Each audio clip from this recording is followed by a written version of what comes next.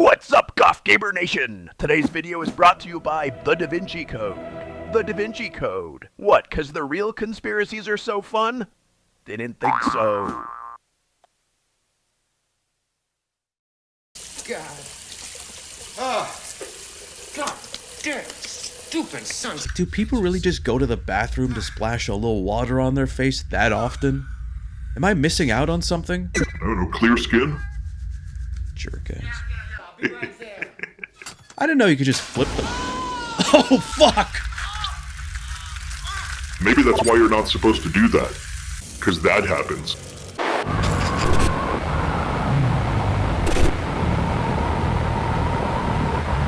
Whoa! Huh? Something just happened to me. You alright? I think I just, I don't know how else to describe it, but jacked someone. Oh, do you want a minute or something? No, their sight. You jacked someone's sight? Yes, robot!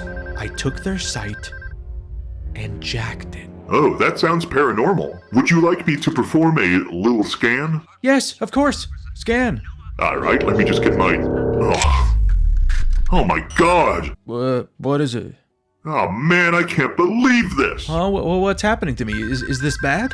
I swear I just had to do an update, and I already have another one queued, and it's 500 megabytes? Okay, can we focus on my thing? I guess if you feel it takes priority. I do.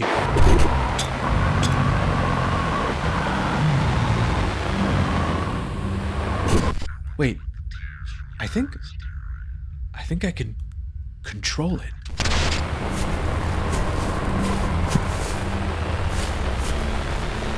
This is crazy.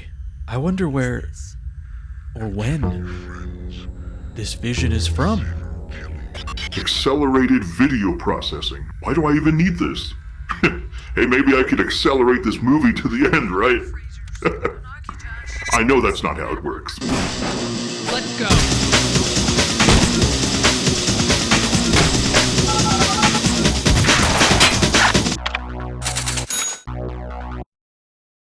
Siren, aka Forbidden Siren, is a third-person episodic survival horror game developed by Project Siren and published by Sony Computer Entertainment for the PlayStation 2 in the year 2003 for Japan and 2004 for elsewhere. Having not too long ago uploaded a video exploring the time loop body swap game Slitterhead, released 21 years later, and long before that uploading a video with minimal errors concerning the original Silent Hill. It's only fitting that I would then hurl myself backwards in time and joyously bridge the survival horror output of Toyama Keiichiro, experiencing the work of this legendary creator in trademark non-linear fashion, while ignoring a large portion that did not interest me. So in an effort to fill in events missed from the previous look at his career, after the release of Silent Hill in March of 1999, Toyama left Konami to pursue further experience in the industry at Sony Computer Entertainment Japan, not yet comfortable in the role of director. This led to a gap in his gamography lasting about 5 years that was not filled entirely with work on Siren. In that time, he acted as design lead on a Japan-only microphone peripheral game titled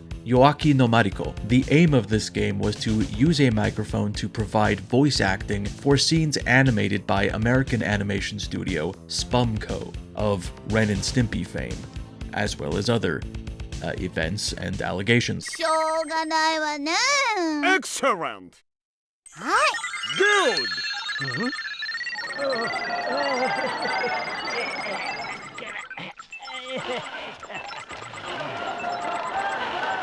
Eventually, this game would be put on hiatus, and Toyama would need to find a new project to work on, though he had already been planning one in secret. During the promotion of Silent Hill, he was often asked by the foreign press why their game was set in the US, when you're not,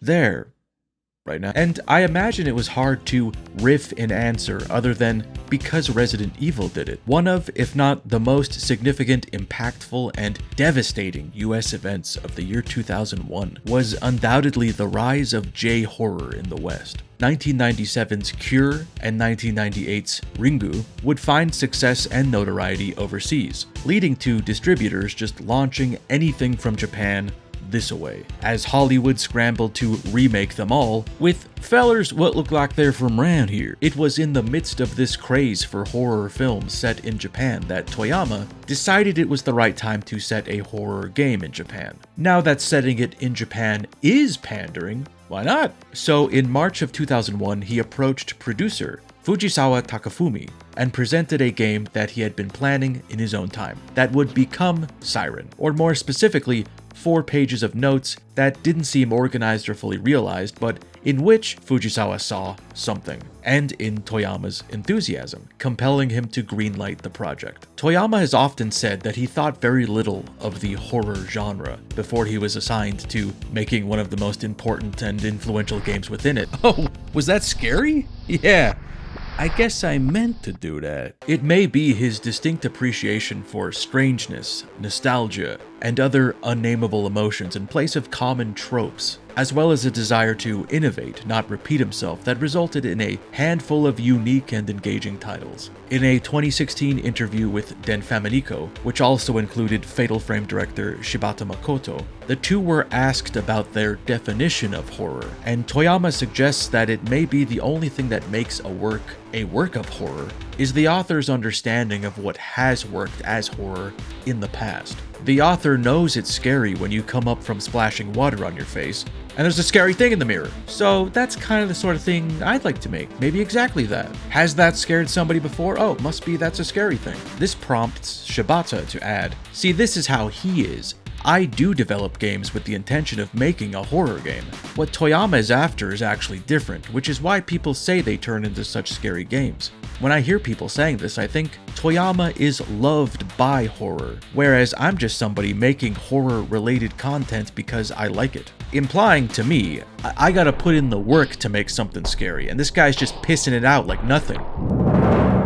Over the course of its roughly 2.5 years in development, team members would trickle in, and its team of 4 would expand to over 100, later dubbed Project Siren. Toyama was not the only Silent Hill alum working on Siren. Shadowing his career was Sato Naoko, who had a hand in Silent Hill's narrative and creature design and environment design. All throughout the production of that game, she was filled with doubt on its realism, in the portrayal of a hyper-specific place in a country that wasn't their own, overthinking even the placement of its assets, and being fed reference material as disparate as Twin Peaks and Kindergarten Cop. To then accept both as archetypical renderings of the PNW must have been daunting. Though she felt this negatively affected their ability to cultivate dread, I'd argue it added an off-kilter, dreamlike quality that may well have been that game's secret ingredient, making it my favorite entry in the franchise. I happen to think they nailed the US. I mean, it's hard to even quantify how many times I've gone down to the local garage on Super Tuesday to get 6 cents off Formula Hell. That, brother, is as American as apple pie. Regardless,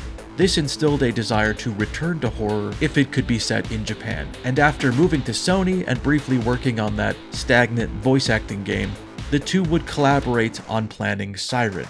In these early phases, still going by the name Jukai, or Cursed Sea, but it would soon be renamed Siren, perhaps in an effort to bolster the game's creative lineage to Silent Hill. Based on the impression of the two from Fujisawa, Toyama was the timid, soft-spoken otaku, and Sato was sort of the voice of the project, relaying Toyama's mumbling through a bullhorn. And just as an aside, an unexpected bridge to a different video I made appeared within this interview with Sato that was pulled from the game's guidebook, in which she is asked to elaborate on her ideas behind fear and why we seek it out, and she playfully associates the sensation of fear as often being comparable to sexual arousal, and then adds, but a certain big shot in the gaming industry has built up this theory about the 3 main principles of games. According to their theory, the main points are eroticism, gambling, and violence. So I guess it's pretty simple to understand. And suddenly,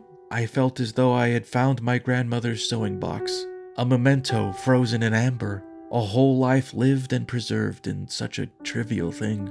A memory of one of God's own prototypes. In crafting Siren's narrative, they would pull inspiration from the 1998 novel Shiki, later adopted into a manga and anime series. Itself inspired by Stephen King's novel Salem's Lot. Itself inspired by Bram Stoker's Dracula. Itself inspired by capitalism. Itself inspired by dragon madness. But what drew the duo in was its rural village setting reminiscent of their own childhoods, and how it depicted a clashing of dimensions. One grounded, familiar, quaint even, and the other abstract, foreign, and unnerving. Contributing to this was an urban legend and a real crime that would inform much of Siren's basic premise. The missing village of Sugisawa was an early internet creepy content rabbit hole that captivated Toyama and had him lurking 2chan for more details, where visuals and themes to be used one day in Siren first wriggled their way into his delicious brain meat.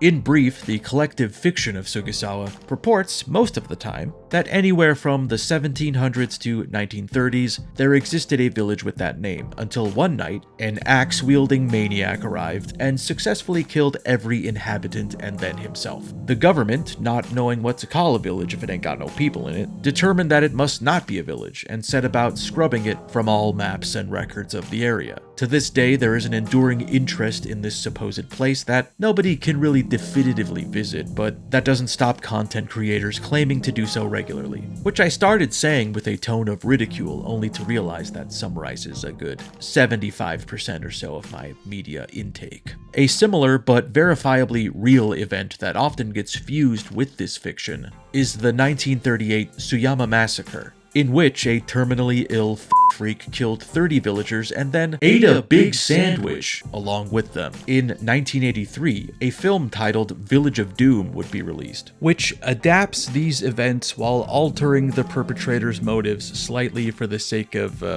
I don't know, there being more going on in the first half of the film. Before we get to the fireworks factory.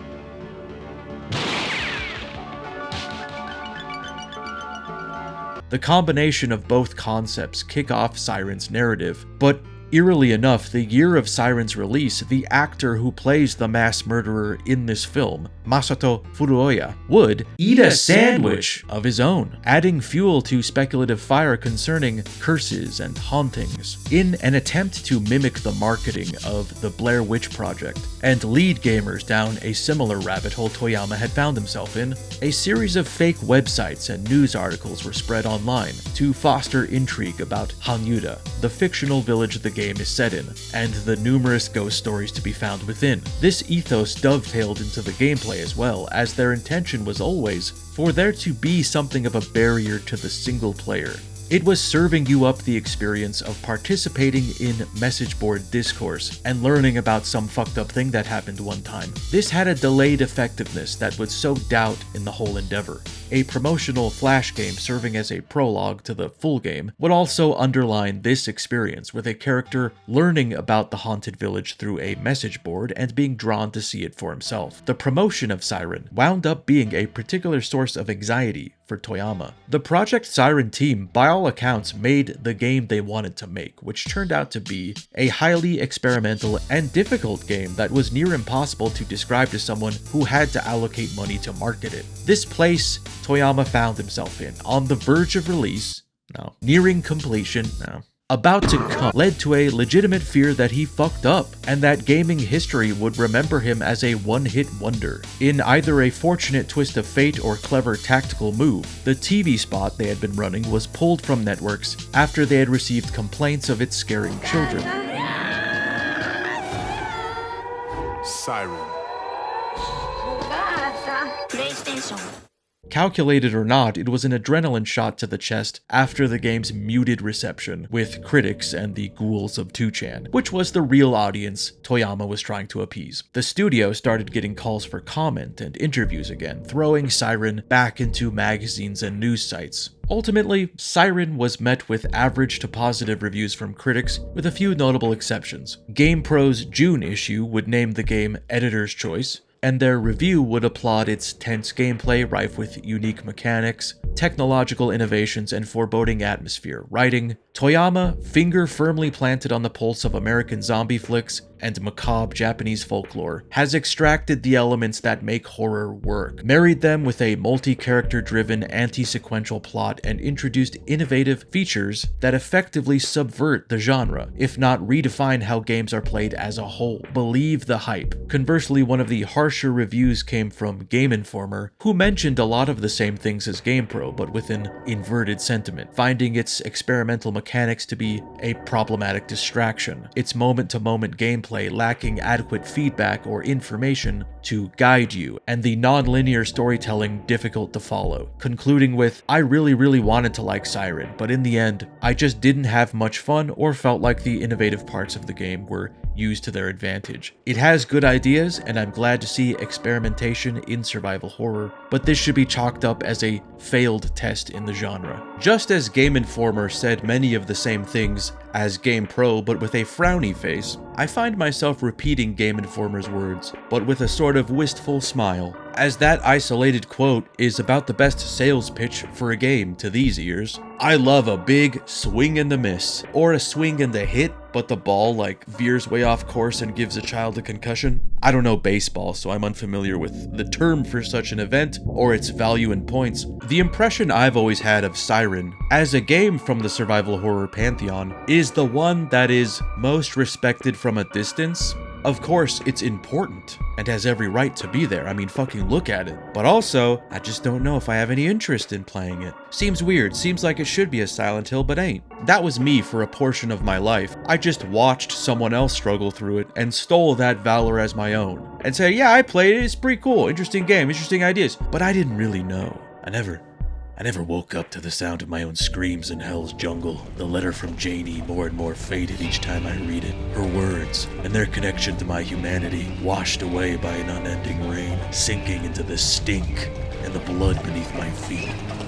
My only constant. I'm sorry I got caught up doing a guy. I'd say the most ubiquitous negative reaction to Siren, as far as I can tell, is frustration. And I think it's clear the developers were knowingly designing a different experience than Silent Hill but set in Japan. And who would ever suggest such a thing? Depending on your gamer alignment, you could perceive Siren in one of two ways. One, as a subversion or redefining of the genre. And if not, you'll see it as a failure at advancing, replicating, or just reproducing the genre as it stood. This is the first barrier, the first gate, and you'll likely come up to several while playing the game. All that to say, gamers, this is a pretty tough video game, so you might want to pick up a strategy guide if that's something you allow for yourself when gaming. After all, gaming it's all about joy, and it's all about love. Yeah. And I love you. Looking at Toyama's forays into horror, you can tell he has a bigger, long-standing appreciation for sci-fi. It's the paste holding even this folk horror experiment together. Silent Hill, Siren, and Slitterhead all feature a narrative told either out of order or taking place along the threshold of a real world and some other place where time works differently and ideas become confused, hijacked by an alien logic, not unlike the other places explored in Twin Peaks. This makes it all the more odd that he has a parallel appreciation for showing you the gearworks of the story in almost mundane corporate ways, laying out each twist and turn of this macabre folktale as data entries in a spreadsheet. Going into the game blind, ignoring the signposts left for you, you'll likely find yourself walking in circles for the first leg, confused by the strange butterfly effect that guides its momentum. You'll revisit levels you come to know like the back of your hand, only with different objectives, different perspectives, or just having to do the same shit over, but really fast this time. My objective in weaving my opinion opinions throughout Siren will not be so much to dissect and spread it on a table for you, but to relay what a playthrough of it could look like. Hopefully preserving the actual experience of playing Siren linearly and not so much a chronological version that doesn't really exist. You know what I mean? You're not going to play that game, so why would I play that one for you instead of this one that you won't? That said, I am willing to taint the experience of this video game substantially by allowing several pieces of supplemental reading materials to worm their way in, such as a 2014 manga series adapting the events of Siren titled Siren: Call of the Red Sea. And though it was not written by Toyama or Sato, it was overseen and approved by them. It ran for 7 volumes before going on an indefinite hiatus when its author, Wataru Kamio, fell ill and was eventually rebooted with Siren Rebirth, which is of similar quality, but more of a reimagining of the first game set in the late 2010s. So there is some modernity it has to shed to get back on track, and by that I mean explaining why each character loses or breaks their smartphone. This is something I ordinarily wouldn't let mingle with my thoughts about the game, but I do think both are almost slavishly faithful to the material and were doing a fantastic job restructuring the narrative to include all scenes and information not included in the game, but are part of its canon. Oh, and in case you at some point think, hey, why aren't they bringing this thing up? 2 years after Siren, a Japan-produced film adaptation named Forbidden Siren would be released, but it's largely irrelevant as it's primarily made of material lifted from Siren 2. And do you see a 2 in the title of this video? I ask again, since you seem so fucking curious. Correct!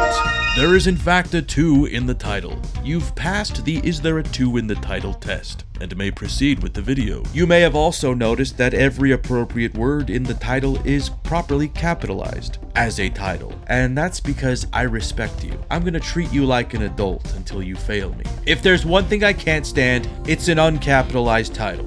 Like, what are you telling me by doing that? You don't care if this is right? You're not even gonna try? You wrote the title on the toilet? Would you feel like I appreciated your viewership if I titled this video all lowercase? The Siren situation is crazy? I didn't think so! Like any piece of media that appropriately uses a non-linear timeline, its plot points, its secrets and revelations, setups and payoffs are seeded and staggered in such a way that they only really maintain their potency in the order they are presented to you in. To bypass that is to reach a destination without the journey. No hours of boredom, no tourist traps offering a glimpse at a mummified alien, no realizing you've spaced out for a worrying amount of time so you turn the music really loud and blast the AC and try to focus intensely on the reality you are for sure present in, even though another world tempts you to cross over.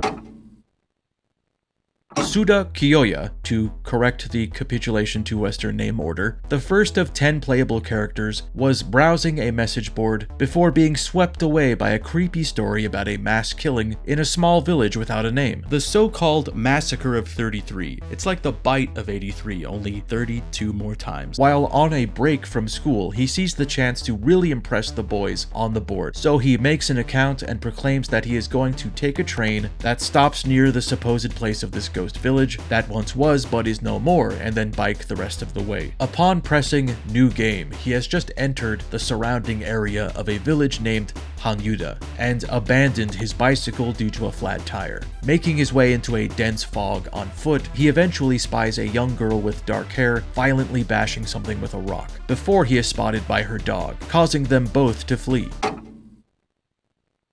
Many hours later, Suda, hiding behind the same tree, witnesses some sort of occult ritual playing out. Hooded strangers chant ominously and present 2 girls, one of which the one we saw earlier, when once again Suda is spotted. This time muttering in disbelief at what he's seeing, having never had to be stealthy in his life, I guess. Who's that? What the hell? In the midst of his sprint, a piercing noise forces him to stop and clutch at his head. Just then, a strange giggling policeman then wanders up to him, points his gun and starts firing blindly. Suda manages to jump into a truck left at a construction site while the cop unloads into the windshield. And after the obligatory struggle getting the keys to do key things, he plows through the cop. Strangely, in the first 10 minutes of gameplay in this game meant as a departure from emulating American storytelling. They've inadvertently constructed a particularly American scenario. I mean, with the exception of it not being like a stupidly large truck, I felt right at home. I'm not too sure why that entire process took 40 minutes, but Suda gets out of the car and inspects his kill. Maybe after hitting the cop, he just spent 35 minutes sitting in silence, saying, "Oh fuck, oh fuck, oh fuck. It's okay, I'll figure something out. Maybe I put his uniform on and then I'm the cop. That's how that works, right?" Suddenly, an earthquake throws him off balance as he again clutches at his head. What sounds like an emergency siren starts up, and the cop, who was by all appearances dead a moment ago, jumps up with blood streaming from his eyes and promptly shoots Suda, who tumbles into a river. A couple hours later, Suda wakes disoriented, but curiously no longer suffering from a gunshot wound to the chest. It has miraculously healed. Equally strange, he appears to be ankle deep in a river of red, blood-like fluid. After attempting to run aimlessly away from this scene, a woman in red religious attire of some sort named Yao Hisako emerges and claims that the two of you are connected now. He doesn't even have time to explain how he got shot but is feeling better before she interrupts him, saying she gets it. Shh, I can tell by the look on your face that you were shot but are not anymore. Yao explains that the river's red water has entered his system and replaced his missing blood, restoring him. She seems about to go into what may have happened if his injury was worse, but quickly changes the subject to that of his new powers. After his wound was healed, he now has the ability to scan through the thoughts of those near him and see through their eyes, seeing himself through Hisako's, but also through a number of other ominous figures skulking around. You know how some people have sight?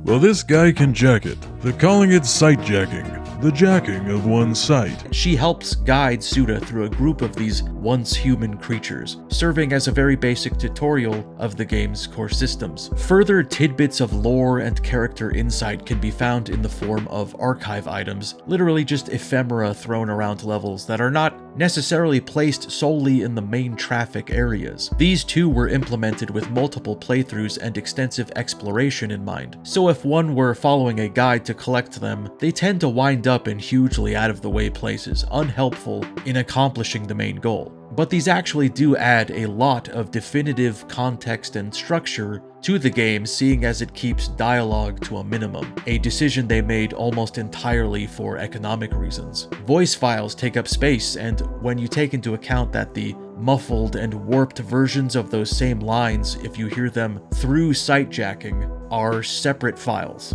it's gonna get out of hand quickly. I suppose the less you want to pay voice actors, the more ambiguous your plot can become. For example, the policeman that shoots Suda seemed to already be shooting at him despite not yet turning into a pale-skinned ghoul. Two archive items imply that he was a notorious drunk, having recently won a sake drinking contest in which the prize was more sake. I don't think he was even associated with the ritual we saw or knew who Suda was. That was him following his gut. Coincidentally, one of many organs that will enact his downfall. Giving us a break from Suda, we meet Takeuchi Tamon, a controversial college professor with an obsessive interest in obscure folklore. Unlike many of the other characters, Takeuchi was born in Hanyuda and is familiar with the strange occult religion of mana that is unique to the area. In Call of the Red Sea, he gets word from an informant within the village, a maid to the powerful Kajiro family, that the ritual is happening again. He immediately gets strapped and drives out to Hanyuda to investigate, with a love-struck student named Ano Yoriko inviting herself on the adventure. In this scene that is taking place concurrently with the previous one, but in a different area of the village, both characters are given the sight and immediately see through the eyes of someone else, someone stalking the mystery girl and her equally, if not more, mysterious dog. This level can tend to serve as the sort of test of your resolve and willingness to see the game through to the end, because in the big picture it's not a difficult level, it's another make it from one end of the map to the other kind of mission, but it shows you in a way that is still tutorial adjacent how quickly you or the character you're escorting can be killed, and how seriously, you have to take the game's mechanics. If Suda's section shows you what you have at your disposal to evade enemies, this one reinforces that so bluntly that you will be one-shotted by simply moving forward without sight-jacking the enemies up ahead and monitoring their movements. Takeuchi is a pretty interesting and overtly Lovecraftian character. The maverick, renegade college professor with radical ideas on local folklore. This ain't his first time doing field research for a book about obscure myths. And if you want to break new ground in the cultural anthropology community, you gotta get your hands dirty. Centering his perspective makes the story of Siren exude Toyama's established love for Shadow over Innsmouth, a highfalutin professor type visiting the backwater fishing village where everyone side-eyes you and refuses to talk, and there are murmurs of bizarre rituals to seafaring deities, fishy bastards sharpening unorthodox knives, aquatic fuckers. But it also seems like Takeuchi was just attuned to the paranormal regardless of the mysterious events playing out in Hanyuda. In a secondary objective within the same level, you can lure an enemy over to a well with a radio and then knock him down it. But when he first reels in the bucket, a ghost baby arm reaches out, and while he is taken off guard, it's clear that this isn't the life-altering confirmation of an afterlife that it might have been for you or me. Ano Yoriko is like, "Are you alright, Professor?" And he's just like, "Huh? Like, oh yeah, this bucket fucking zapped me. Anyway, let's get this guy down the well, I guess." A few hours later, Suda and Yao are taking shelter in a church. He's attempting to process the bizarre circumstances of the night and formulate a plan, but Yao says they have to wait for Makino and the others to arrive. After Suda comments on the strange nature of the church, she adds that this is their faith and that outsiders like him don't normally possess the sight. He doesn't seem all too interested in probing further about their religion and is suddenly alerted by a scream from outside. Some scenes will end and just hand you an archive item, in this case a reading from Yao's religious text, the Book of Deliverance, titled Chaos at the End Times, which describes the tainting of men's souls. Waters dyed red with our God's blood, blood that will revive those souls from the grave in their old bodies. So Suda does the most relatable thing I can think of and jumps at the first noise he hears, finding any old excuse to eject himself from awkward religious pressure. He's just like, "Oh, sounds like my ride's here. Gotta go." Instead of following up on where Suda ran off to, we jump back 2 hours and meet a character named Makino Kei, a spiritual guide within Hanyuda's Mana sect, who is wandering around by the Mana River looking for Yao, when he too is given the sight, or rather, the ability to jack it. Don't laugh! For now, the only relevance of this is that you know this guy exists and that he's looking for his fellow Manites. But he will become a good example, maybe my favorite example, of the uniquely fucked puzzle logic for Siren, meddling with objects and tools that only make sense to a fourth-dimensional figure, the gamer, the omnipotent being observing all of time in a collapsed circle or well-formatted table. These little guys exist as carts on a track, but we observe the track and slide things back and forth, seeing the importance of items or goals they initially did not. The whole game existing within a puzzle's framework. Take this unplugged freezer. You probably couldn't imagine that this particular character would need to freeze something, right? He has no perishable goods, no can of soda that he just wants really cold faster than it would get in the refrigerator. Yes, I'll remember it's in there. What kind of idiot do you take? Oops. So unless you're the kind of person that enters a home that is not yours and starts reflexively straightening up, why would you just plug it back in? Rest assured, he will soon come to recognize its significance in something greater.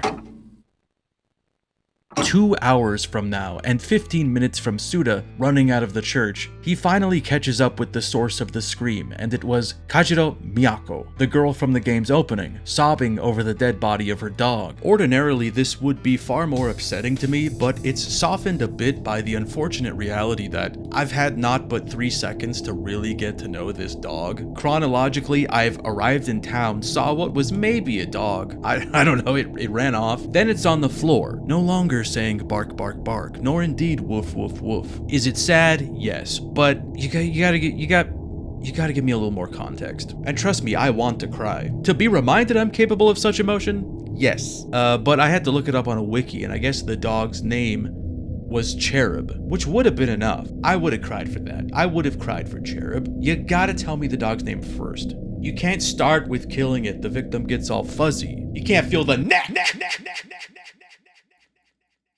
Dark Knight 2008.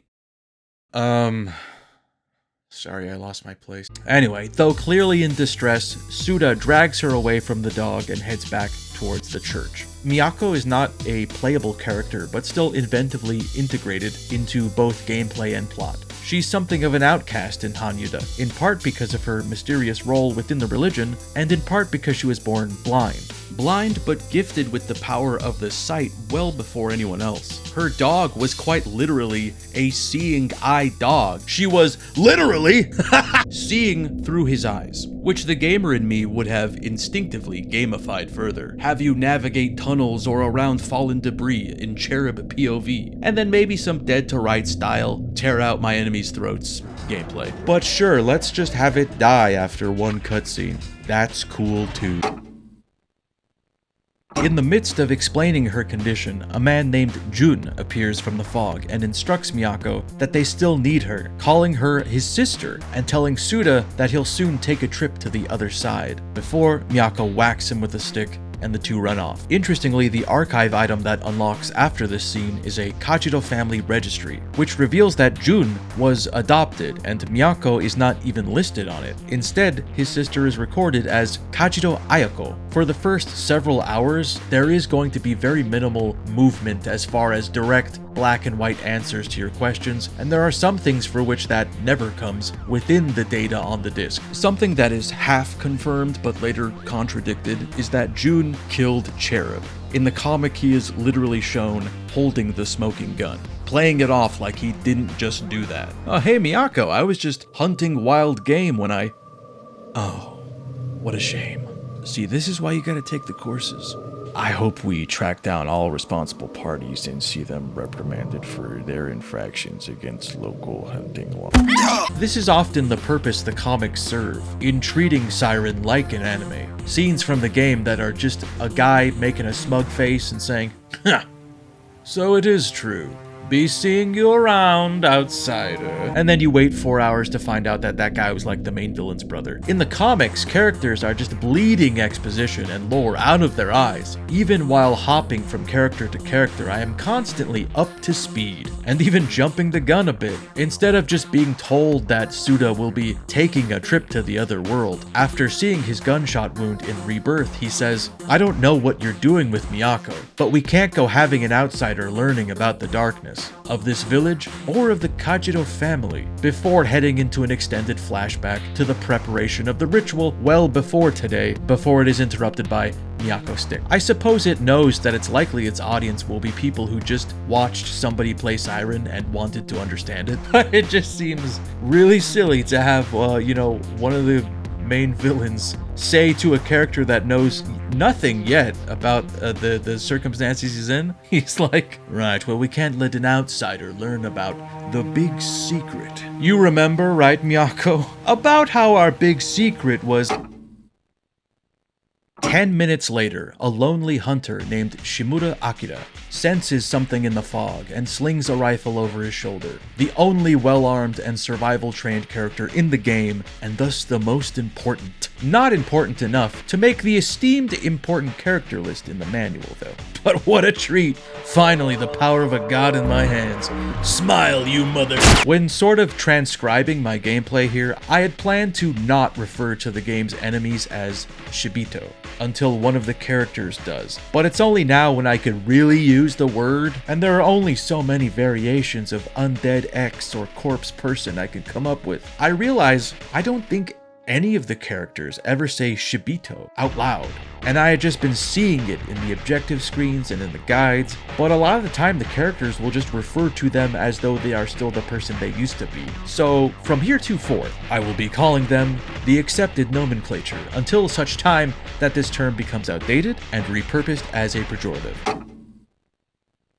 20 minutes or so after Suda left the church, Yao is sitting alone, staring at what looks like a well-worn photo, when a man and woman burst in, shouting for Tomoko, a lost girl, which seems to genuinely concern Yao. One of the fun side effects of playing Slitterhead with Siren as a distant memory and then returning to Siren is you can see a collection of ideas and themes that Toyama has sort of always been iterating on. It's comparatively small here, but both games took the time to make an otherworldly language that you only later come to understand. You get your first taste of that with an archive item detailing members of the church, but the word awake has been written in blood-stained Shibito lingo, which I can only assume was left to remind you not to fall asleep during those sermons. Am I right, ex-Catholics? Up top!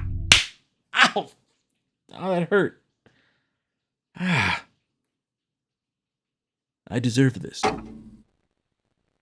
4 hours later, Makino Kei and the missing Tomoko are running down a road, presumably from Shibito, only to find that a section of the village is just gone, replaced by an ocean of blood, from which older-looking, shambling corpses are emerging. There's a lot of really brief cutscenes like this that are stuffed with interesting questions to ponder. Obviously, Toyama directed Silent Hill, which also features a very prominent disaster siren that existed for story reasons but signaled to you that the game was changing, that you were crossing over to another place. Toyama and Sato both grew up frequently hearing sirens just like this, these sudden, distant warnings of impending disaster. They, like a lot of Japanese people I'd wager, came to associate the sound with a Pavlovian anxiety response. It's a vague and weird sound that only means you might suddenly die from some final destination like chain of events, involving a bowling ball and a welding torch and a paint can and a... Wait, no, that's Home Alone. It's just the sound of loud, but in Siren they've altered it in some way, stretching it out, incorporating other fucked up things, maybe reversing it in part. You can still read it as a siren, but it's not quite right. There's something wrong with the way it flows. It universally causes pain in most of the still living characters. They grimace and grab at their brains as though they incorrectly answered Jackie Chan in a game of It's Not Jackie Chan. We've now seen a few characters hear it, but seeing Tomoko react to it is interesting because she says it sounds like some kind of animal, which I love. I mean, obviously I know everything about what's going on here, and I'm feigning ignorance for the sake of the narrative. But in this moment where I hear a disaster siren and somebody says, "That sounds like an animal," I like that. I wish I didn't though. I wish I was an idiot. Like you. I'm angry at you. The aim of this mission was to cross through a different part of the village to get back to the church, but along the way, some armed Shibito start shooting at you, and thus Makino and Tomoko are separated. Another archive item conveniently describes in part what you are witnessing, an ancient Hanyuda ritual called Umi Okuri, in which followers of the faith collectively bathe in the waters of the Mana River, seen as the border between worlds, on the last day of the lunar cycle. They do this in order to cleanse the stain of human sin and gain favor with their god, hopefully earning them a place in the other world believed to be a utopia. Many of the details about Hanyuda's religion seem like Catholicism with rougher edges and a bit more fish-centric. Not by much though, because this ritual is comparable to baptism and Holy Communion, but it's worded more graphically. Again, not by much though. Every time I was directed to eat that guy's body and drink his blood, I thought, bit dark, ain't it, fellas? How about we just call it snack time? And Jesus said, "Eat of this charcuterie, for it is my body, which has been emulsified with fats. Drink deep of this Mr. Pibb Zero Sugar, as it is for no reason the best soda currently available."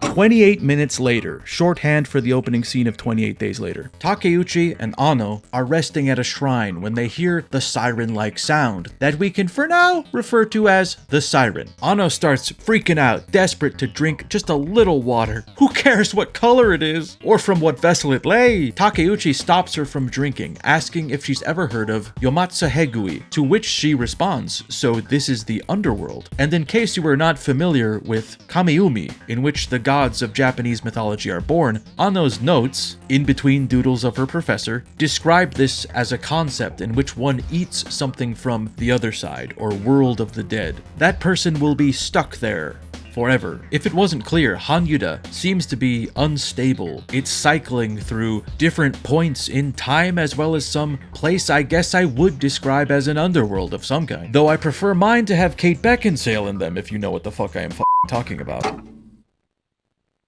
A few days ago, we can see, if we squint, the shape of a doctor handing Makino a letter, which he describes as being from the Kajiros, the family which Jun, Ayako, and Miyako belong to. He then says it's been 27 years before walking back onto the surface of the sun. We then see Yao cradling Makino like a child. He's deathly afraid of something, but she reassures him that this time it will all work out. The letter, which we can then read, instructs Yao to prepare for the ceremony as it's time to summon their god. Some basic math that I did with a calculator would suggest that in 1976 they tried this ritual that Suda stumbled into, and that time was also a failure.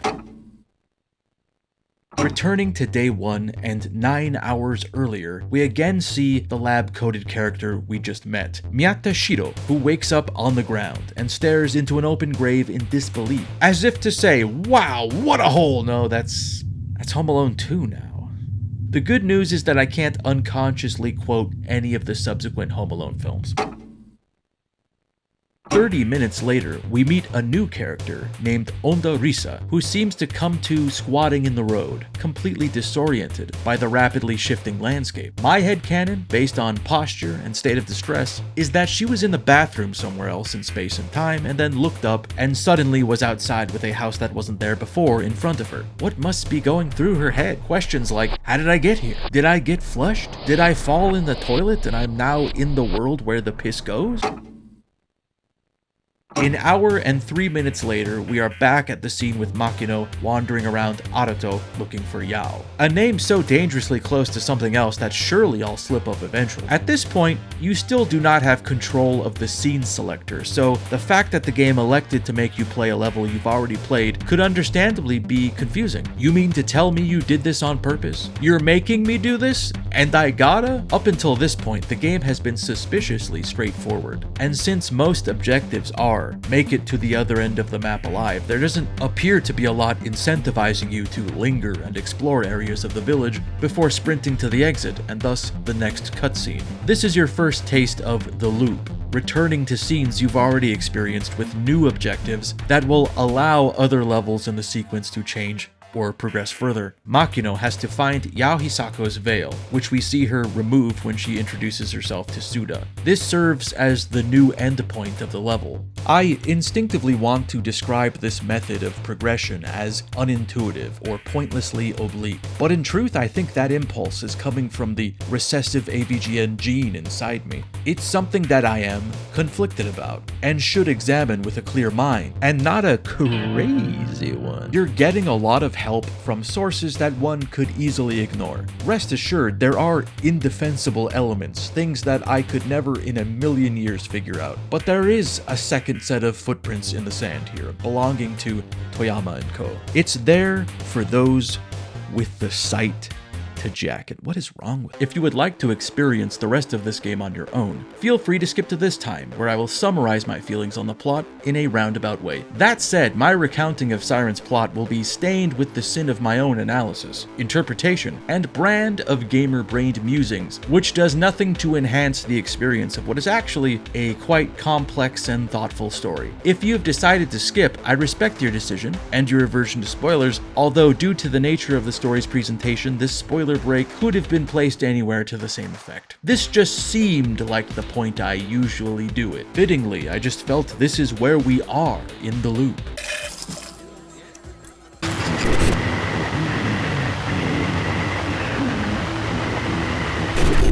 Whoa. The man I sometimes jack seems to be real excited about something. Again, bear in mind you're the only one seeing this. I hope he's not planning on hurting anyone. You think he would? He seems like a nut job. He's all twitchy and jokerfied, not unlike the Shibito. That does sound like it poses a threat.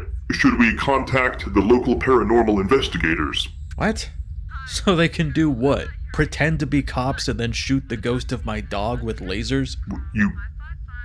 What? I don't know, I'm just saying stuff.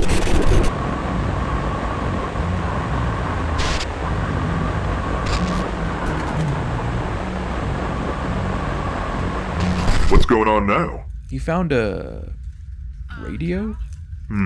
He's putting a tape in it. What does the undead listen to, I wonder?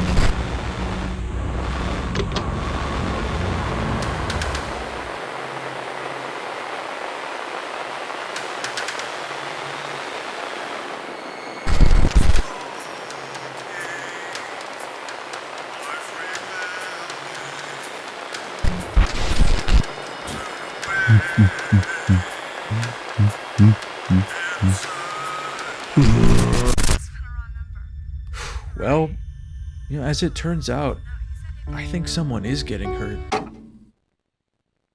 2 hours later, he bumps into Onda, who is just wandering around yelling for help. Though he momentarily mistakes her for Onda Mina, her twin sister. Risa is visiting from out of town and was on her way to see Mina at work in the clinic named after Shiro's family, but then the clinic moved, or she moved, something stopped being where it was, or it became old. They went to the village that makes the hospital old. Miyata tells her that he was also looking for her sister, in a hole for some reason, which is not usually where sisters are kept. Sisters should be outside of holes.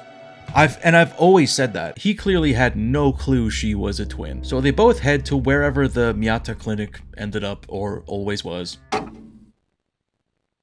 In downright chronological order, we then cut to both of them at the clinic 3 hours later. Savor this moment of sequential momentum while you can. The spreadsheet is about to get a whole lot more squiggly arrows, while Miyata thumbs through some paperwork dated 1976, which just so happens to be both his and Makino's birth year. Onda sees her sister as a Shibito out the window, calling for her. Shimura again feels something on the wind and enters the mining tunnels. Only this time, we have a new objective to exit the level through a different tunnel, making it functionally the same as the first time, right up until the end. Not all the second objectives are this transparently filler, but it's ones like this that are harder to defend. 3 hours later, we meet maybe my favorite of the playable cast, Mihama Naoko, in one of my favorite scenes in the game as well. She's a model and actor who seems oblivious to the paranormal disaster playing out and is just really pissed off that her film crew left her stranded in the woods, chain smoking in the dark. The Flash game introducing some of the characters would suggest that after failing to land a modeling gig, she is debasing herself by participating in the production of an indie documentary, while trying to keep her cool. Shimura walks by, and there is this amusing tonal whiplash, seeing this grizzled mountain person who is clearly fully engaged with the plot interact with someone who is in all ways an outsider to the main story, to the village, to anywhere a mile or so out of the big city, and it's a lot of fun. It's a noticeably more lighthearted characterization. I think I also just appreciate that of all the characters, she is the least concerned with what any other character is doing. She may as well be an unconnected DLC of her own. Ugh!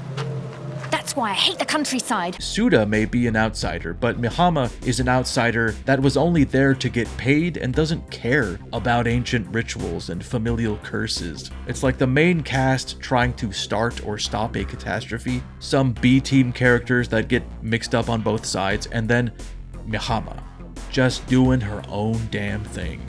When the two meet, Shimura says mostly to himself, it's all her fault, she hasn't aged in all these years, and then calls this person Yaobikuni. Mihama is confused, but when Shimura asks if she wants to be like them, the Shibito, and live forever, she takes a curiously long time to answer. Again, almost like a little comic book asterisk, they hand you an archive item, explaining what Yaobikuni is. It's a yokai legend, existing in various forms around Japan, in which a woman eats the flesh of a merman, or a ningyo, or human fish, which, based on what version, grants her either eternal life or eternal damnation. In the common interpretation, it was eternal life, and for 800 years, that had minimal downsides, until she outlived everyone she had ever known and became lonely. She then lost her sense of self, became a nun, and wandered the countryside. Of course, he doesn't elaborate on which person within the main cast he's talking about, and there's nobody named yet.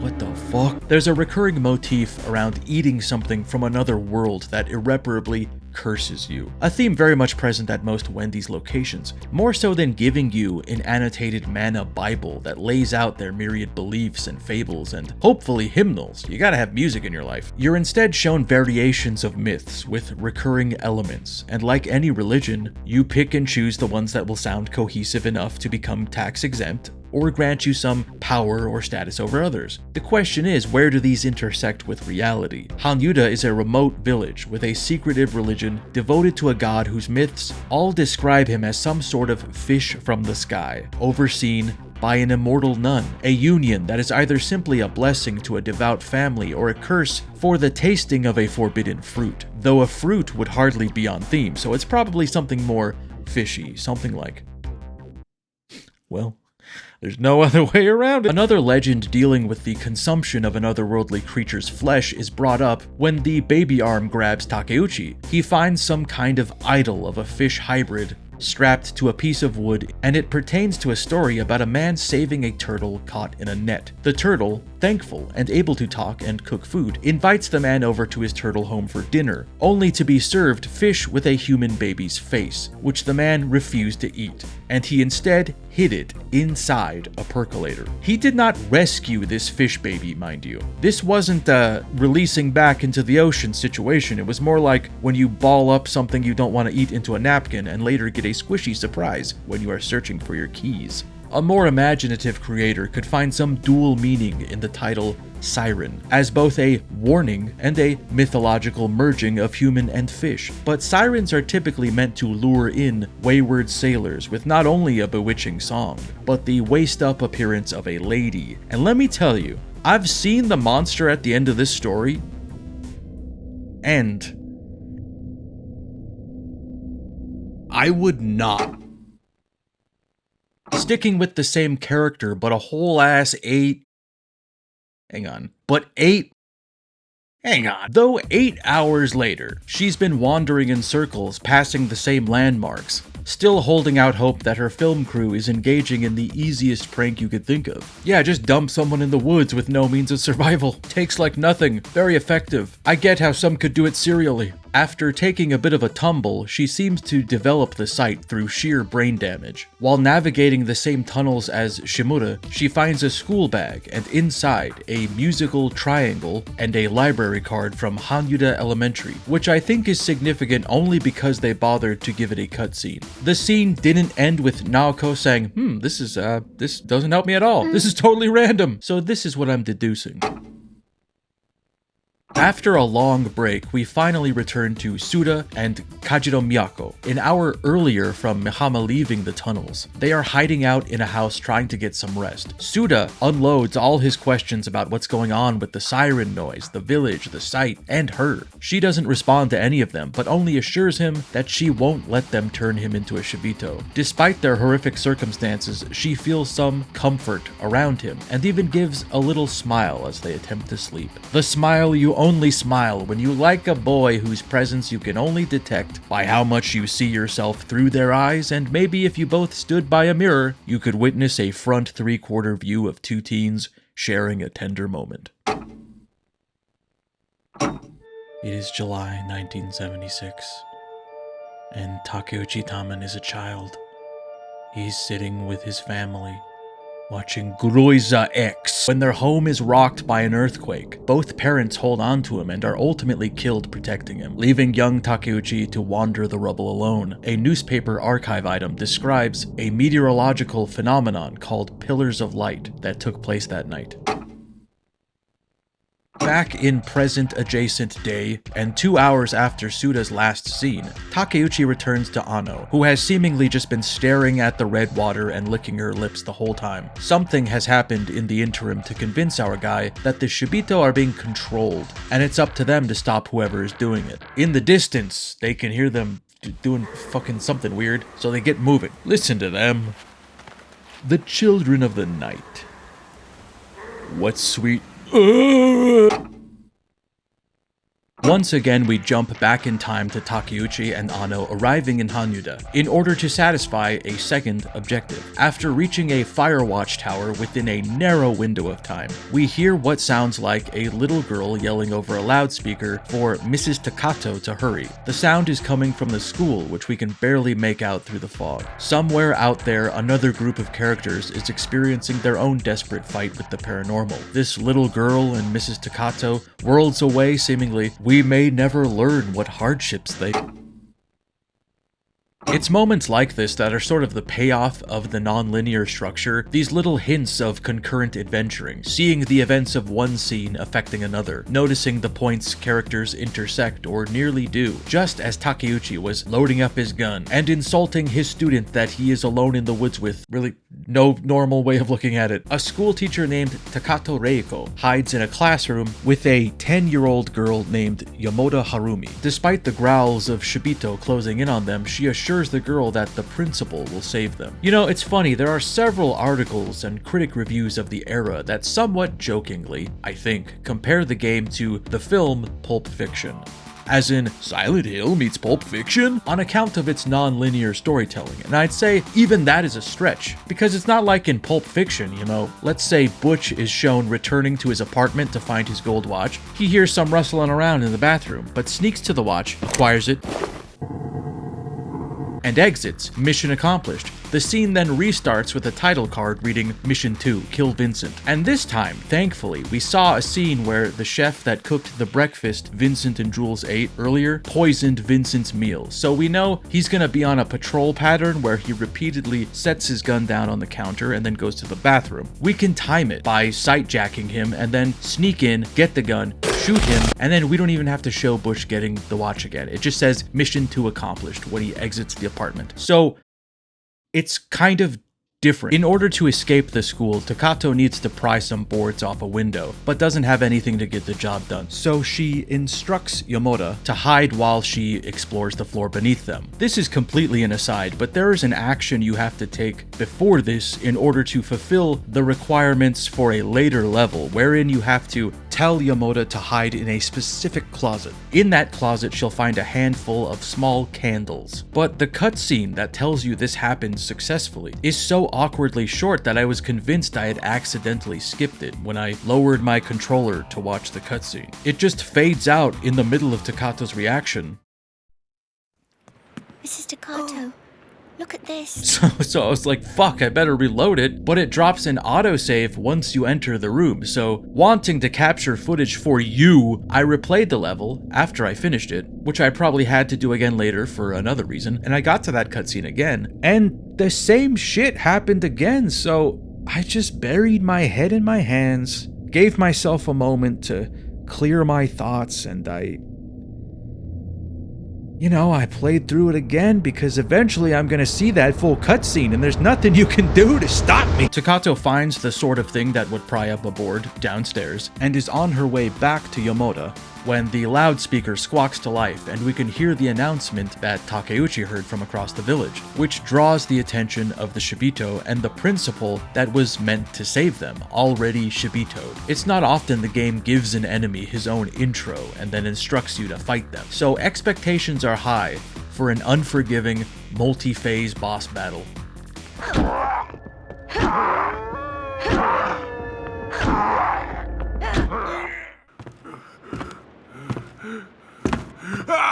Yeah, how's that for realism? Oh, I'm sorry, would you rather roll around like a dummy, chugging potions in between combos? You try that while facing down the pointy end of a crowbar. It ain't gonna be pretty!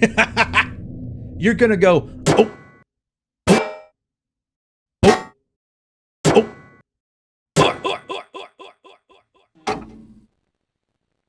After meeting Ondarisa and exploring the cafeteria, Miyata finds Suda's ID. Something I appreciate a great deal in video games is when a developer considerately includes bespoke actions or activities, business if you will, for NPCs. This can include anything from a guy eating his lunch, to chatter between guards, to guys placed on a toilet in a public restroom. Your cute little treasure chest behind the waterfall is my row of toilet stalls ready to be examined. I'm gonna fucking kick each door down and look inside each bowl until I find something I like. Hopefully a helpful item, or a guy to kill. But I guess I'm open to other suggestions of things you think I'm open. So it is my immense pleasure to report that Siren checks pretty much all these boxes. The Shibito engage in all sorts of deranged, vaguely normal behavior, including just carrying out the jobs they had when they were alive. Many of them mumble words and phrases that would not be threatening in any other context, a quality I think was masterfully expanded on with Alan Wake's Taken, who simply won't let up, yammering mundane small talk, which for some is a legitimately horrifying thing to weaponize. Shibito are for the most part nameless monsters, but there is consistently one or two set in place to show that they aren't within the story, that they retain some compulsion for the routine of life, and often don't even appear to be upset about their condition. Many are giggling to themselves, or joyfully going about whatever they think they are doing, in a way that suggests that they are doing something. All that to say, I love the little glimmers of personality and insight into a conceptually fascinating enemy that could have just been fodder for lead pipe beatings, but in Siren they are that and so much more. After somehow achieving 7 hours of sleep, more than I've had in months, mind you, Suda and Kajiro wake on day 2 to the sound of Shibito stomping around inside the abandoned house they took refuge in, forcing them to crawl out from under its foundations and back into the woods. Ouch! What's going on here? Dummy. No. I'm not a dummy, see? I knew that I had to break this board so that 15 hours from now, a girl that I don't know, nor know that she knows you, can escape from this same house and find a little doll she made for you that you're gonna drop accidentally. So that's why I fell down and pissed myself. This is a replay of Mihama's last level, but it's another one that doesn't have a second objective, more so a second challenge, in this case defeating all the Shibito in the level before heading to its exit, which within the level changes nothing. You are literally just playing it again but being more ruthless, more violent, which is kind of how I was already playing any game, regardless of genre. Rest assured, when I'm playing Dreamlight Valley, I will find a way to do it, with malice aforethought. And if I can't have violence, then I will play it spitefully and vindictively somehow. I'm evil. Around the time that was happening, as I was unleashing my rage like only a rat within a cage could, and 9 hours after Miyata and Ondorisa saw Shibito Mina out the window, Makino entered their room at the clinic, still looking for Tomoko. Names. Miyata is clearly relieved that Kei is okay.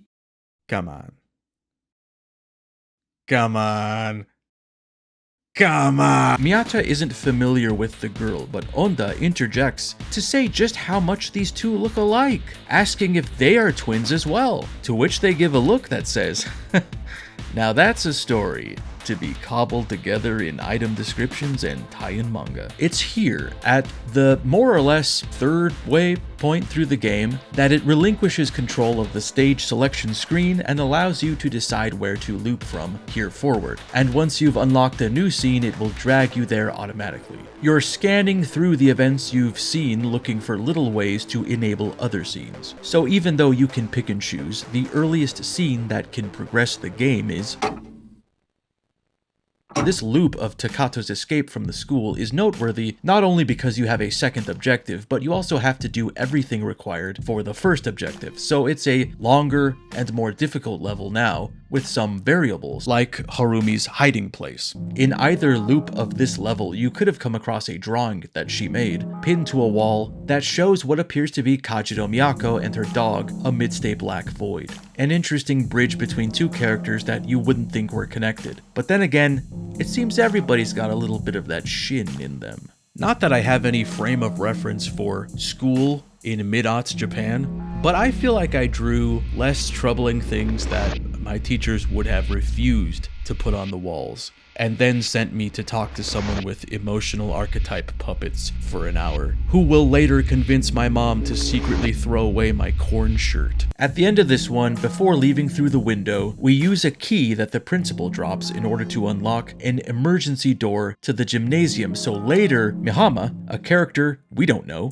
can enter it. Though Siren Rebirth tends to stray from the game, this sequence is very faithful down to the order of objectives. I'd imagine Imagine both manga series were just sort of transcribed from moment-to-moment gameplay footage. Takato and Yomoda run from the Shibito into a classroom with a boarded up window. Determined they need a tool to pry the boards off, she tells Yomoda to hide, and then finds the key to the gymnasium storage room. In the hallway, there is a Shibito with a gun blocking the door to the gymnasium. While evading it, she sees the drawing of Kajiro Miyako. She gets inside, finds the crowbar, and is on her way back when the principal appears as a Shibito. And what it adds to this scene is mostly for the better. We see the principal before he turns, frantically looking for Takato and Yomoda, blaming himself for allowing them into the school this late before he is attacked by Shibito, putting up a decent fight against their influence before falling. Instead of Yomoda yelling for her teacher through a loudspeaker, Takato intentionally hits a fire alarm to distract the Shibito. Meanwhile, she has brief flashbacks that fill in some backstory and underline her motivations. The other thing is that it takes longer for our characters to accept that the principal is evil now,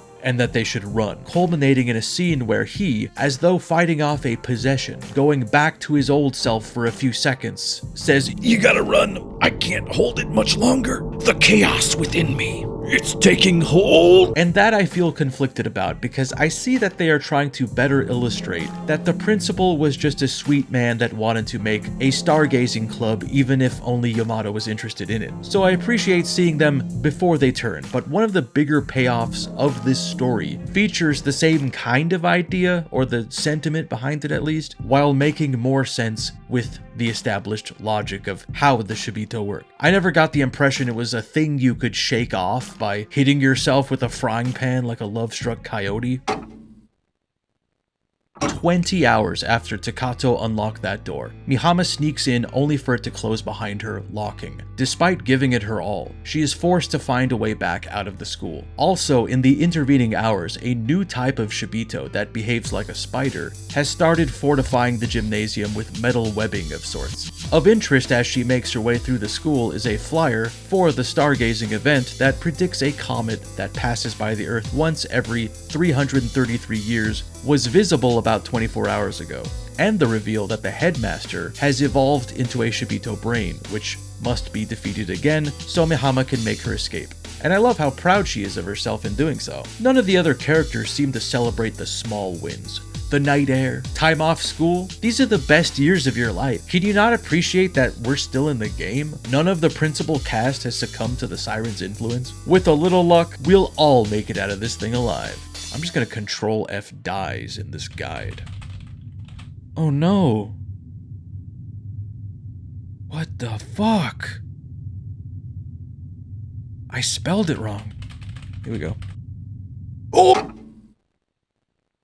We return all the way to Suda, waking up in the river without a gunshot wound. And we can shove Yao Hisako out of the fucking way. Yeah, I'm from the future. And find a letter addressed to Onda-Risa. Its contents are vague, but clearly from her sister, Mina, and explains why Risa was in Hanyuda at all. They were both originally from here, but Risa moved to Tokyo, where she's been depressed, recently quitting her job. Mina suggests she come home for the summer, and that there is someone she wants her to meet. I wonder who that could have been.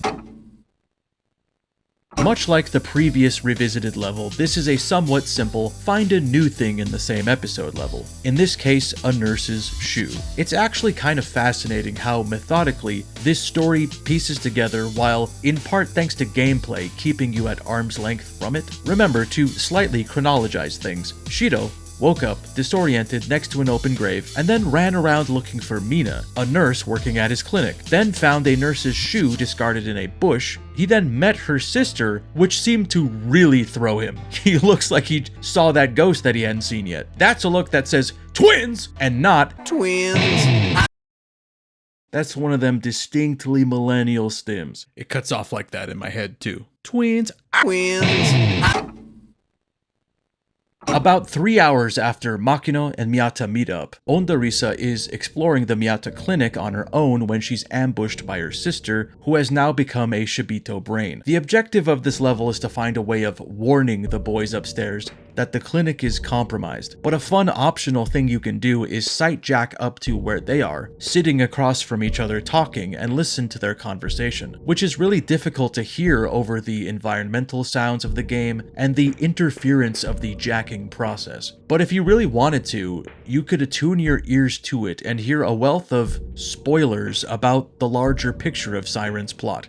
Kind of. They feel like spoilers only because nobody says any of this out loud, you know? It's all the little obvious questions you'd ask. It's the chit-chat that is completely absent from Siren, except for here in this moment that you can barely make out while a Splatoon character chases you with a shovel. So, Makino explains that parts of the village are gone, replaced by a red ocean. There's a siren-like sound coming from beyond it. Isn't it weird that we can see through people's eyes? Why did some people change, but we didn't? Is this an act of God? The two most telling sentences being ones that sort of repeat slightly changed, but a variation of, this is just like 27 years ago, and Miyako is a bride of God, a sacrifice meant to be offered up to some kind of fishy deity, something which they are 0 for 2 on since the 70s. Risa is able to keep Mina at bay by whacking her with an umbrella, and then triggers the clinic's fire alarm, warning the other twins. And please don't make me wait an hour to see the conclusion of this scene. God, please prove to me you're real. I'll go back to church.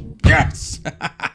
Psych! We then mercifully cut to Miyata's perspective right as the alarm went off. Makino is trying and failing to defend Onda from her sister Shibito, dropping his weapon in fear, but Miyata nails her with a bottle of acid, sending her running. This scene also highlights just how much he cares about Makino, letting the room know that Makino's not used to dealing with stuff like this. This is probably really scary for him, and honestly, I admire his bravery. He actually, I could tell that if he had to, he could have taken her. Inside of him is a rabid animal, and God protect whoever gets in his way should he unleash the beast!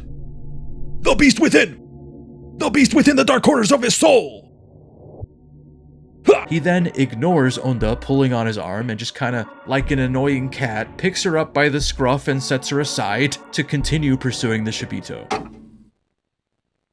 Back when Suda and Kajito were avoiding the church folk and her adopted brother, a new objective is made available to find the grave of Takeuchi's parents, where we also find some writings from his father Omito, a historian himself, who had written about the strange fusion of religions that makes up Hanyuda's faith, part ancient, part new age, with many practices gradually fading from the public eye. More of his writings found later explore the Kajito's long-standing importance in the village, how this wealthy family has had roots in place since the 7th century, and was practically royalty until a rezoning ordinance halved their land post-World War II, lowering their status. Omito states that many think they've been so fortunate due to their courting of a new god, granting them supernaturally long lives, and occasionally one is born with other powers and given special treatment. Appropriately, we then check in on a day and a half later, Takeuchi arrives at the clinic looking for Ano, having become separated. As a guy who had seen Hanyuda during the 70s and 2003, he remarks that the clinic, which was likely destroyed in the same earthquake and landslide that took his parents, should not be here. After poking around, he eventually finds a secret passageway hidden under a statue in the courtyard, at the bottom of which Shibito Mina seems to be admiring Ano's broken glasses like a trophy.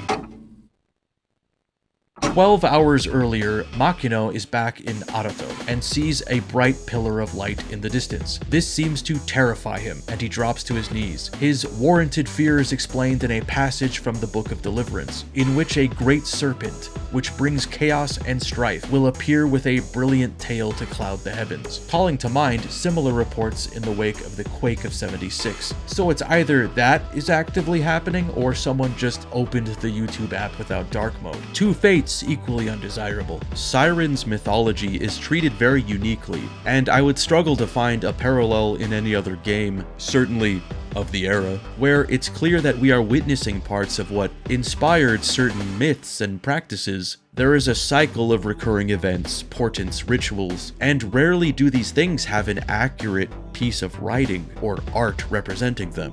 Or there is something that conflicts with another idea that's thrown out, and you're constantly editing your understanding of the myths and seeing how time has warped them, or indeed other religions have influenced them. We're shown this beam of light and only really know that it seems to show up when a ritual is unsuccessful, and also the flow of time is affected when that happens. That's when you're told what it means in this old book, in ancient interpretation of the events, which is more fantastical and outdated sounding. But we're also not really in our own time, so could be that we're actively, unknowingly further obscuring the truth. Are we simply observing myth or taking part in it? While the most recent levels cast a grim outlook for Anno's fate, we loop around to a level where she is alive and well, looking into that delicious red water, trying to remember her professor's instructions, but they are overwritten with a mental refrain of water, water everywhere, so let's all have a drink! The new objective this time around is to find the ID that she dropped, which is bafflingly locked inside some kind of small shrine. I don't know how the fuck it got in there, but I love that Anno immediately recognizes it and snatches it out of Takeuchi's hands, like, oh my god, that picture is so old. And the lighting is terrible, and I didn't finish my makeup, and I was about to sneeze, and I had just seen a ghost.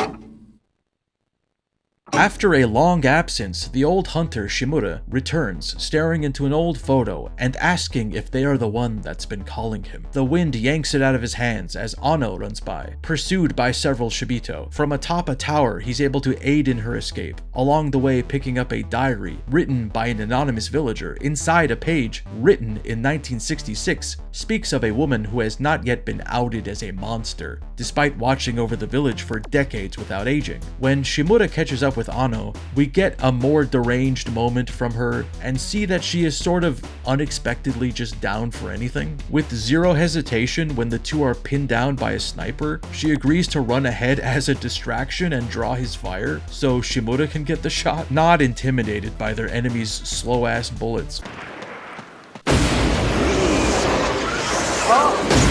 You can also, for what seems like no real reason, find a postcard that she had sent her parents, telling them that she's on a secret mission with her professor and not to worry. Of all the characters, she's most made peace with the circumstances they are in. This is just what we must do to help Professor. If it weren't for this thing where her belongings seem to just materialize in random places, she would be the best character. I'm pretty sure that archive items were, even if not told to you directly, placed with purpose and canon reasoning. One of the strangest qualities of Call of the Red Sea is the inclusion of clear explanations for the placement of several of these. You see the moment Anno buys the postcard she attempted to send to her parents, who might have just received it 5 years before she was born. There's even a part with a panel that shows the payphone to the left of the stairs leading down to the Mana riverbank, and next to it you can make out a tiny key that is not going to be relevant ever in what they decide to show, but like, it would be there.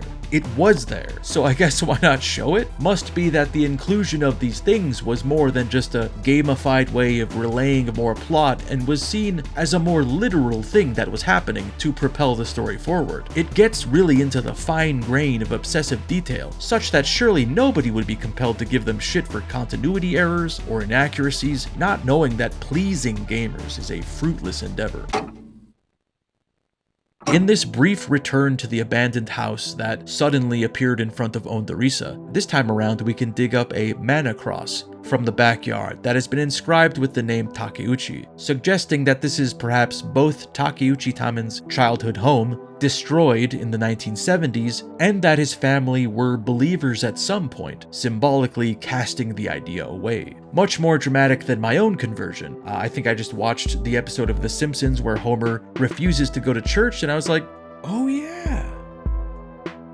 There's actually an archive item that points you to this hiding place, depicting a series of these mana crosses beneath a red flower. And I know it's not this, but it really looks like they were growing these things. I know that's not what they're doing, okay? It's just, we have to have some room for belief in this fucked up world. 10 hours before Takeuchi enters the clinic looking for Anno, he's standing with her on a bridge, staring at a mark he carved in its planks as a child. He tells her about growing up there and apologizes for dragging her into danger. She's in the middle of reassuring him that it was her choice when a Shibito fires a rifle, hitting her in the chest. And then Takeuchi has a sudden revelation concerning their research. Yoriko! Underneath the bridge, Tamen comforts Yoriko, who by the looks of it also broke a leg on the way down. She asks him if she's going to die or turn into a monster. I think just accepting legend as reality at this point, he says that she cannot take in any more red water and runs off to kill the sniper. They play a bit of a cat and mouse game for a while until Takeuchi burns one of the two bridges in the area, corralling him onto one side of the village. The sniper is revealed to be a partially Shibito'd Akira, who, in his dying moments, recognizes the man what hath slain him. With the aid of an archive item you probably didn't know you could find, Takeuchi can connect the dots and remember that Shimura was friends with his parents, neighbors even. He also lost his family during the disaster. I think what this scene further demonstrates is that the Shibito are not entirely mindless ghouls. They operate on an almost twisted approximation of who they were before turning. They know things like where they live and who they associate with, who their family was, but their intentions once seeing them are very different.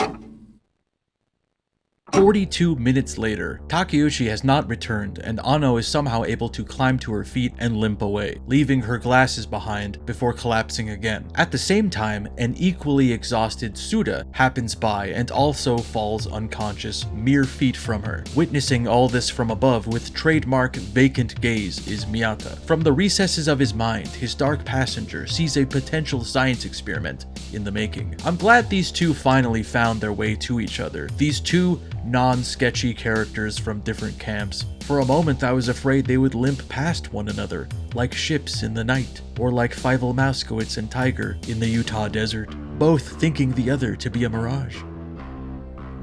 I feel like most of my film references are children's animation or pervert murder films.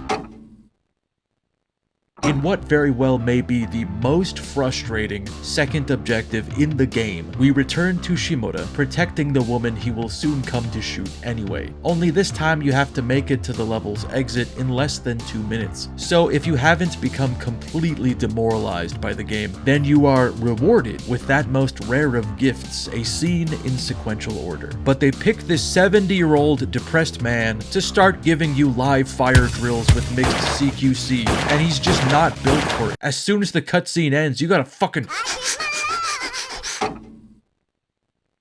An hour after Ano is saved by Shimura, the two watch as corpses shamble out of the red water, the umigiri, he calls it, in old custom, the follow-up ceremony to the umiokuri, where those who have submerged themselves in the Mana River return, renewed by the blessings of their god. This is essentially an explanation for what Shibito are, willing or unwilling participants in a ritual of consumption in exchange for immortality that isn't defined so literally. It happens when you take inside something that wasn't yours, wasn't from your dimension. Akira obviously knew about these rituals and the threat of the Mana Church and kept quiet, either out of disbelief or fear. And as though he was simply waiting for confirmation of the end times, he decides that he'd rather die than become a monster, although that's not quite as elegant as he worded it.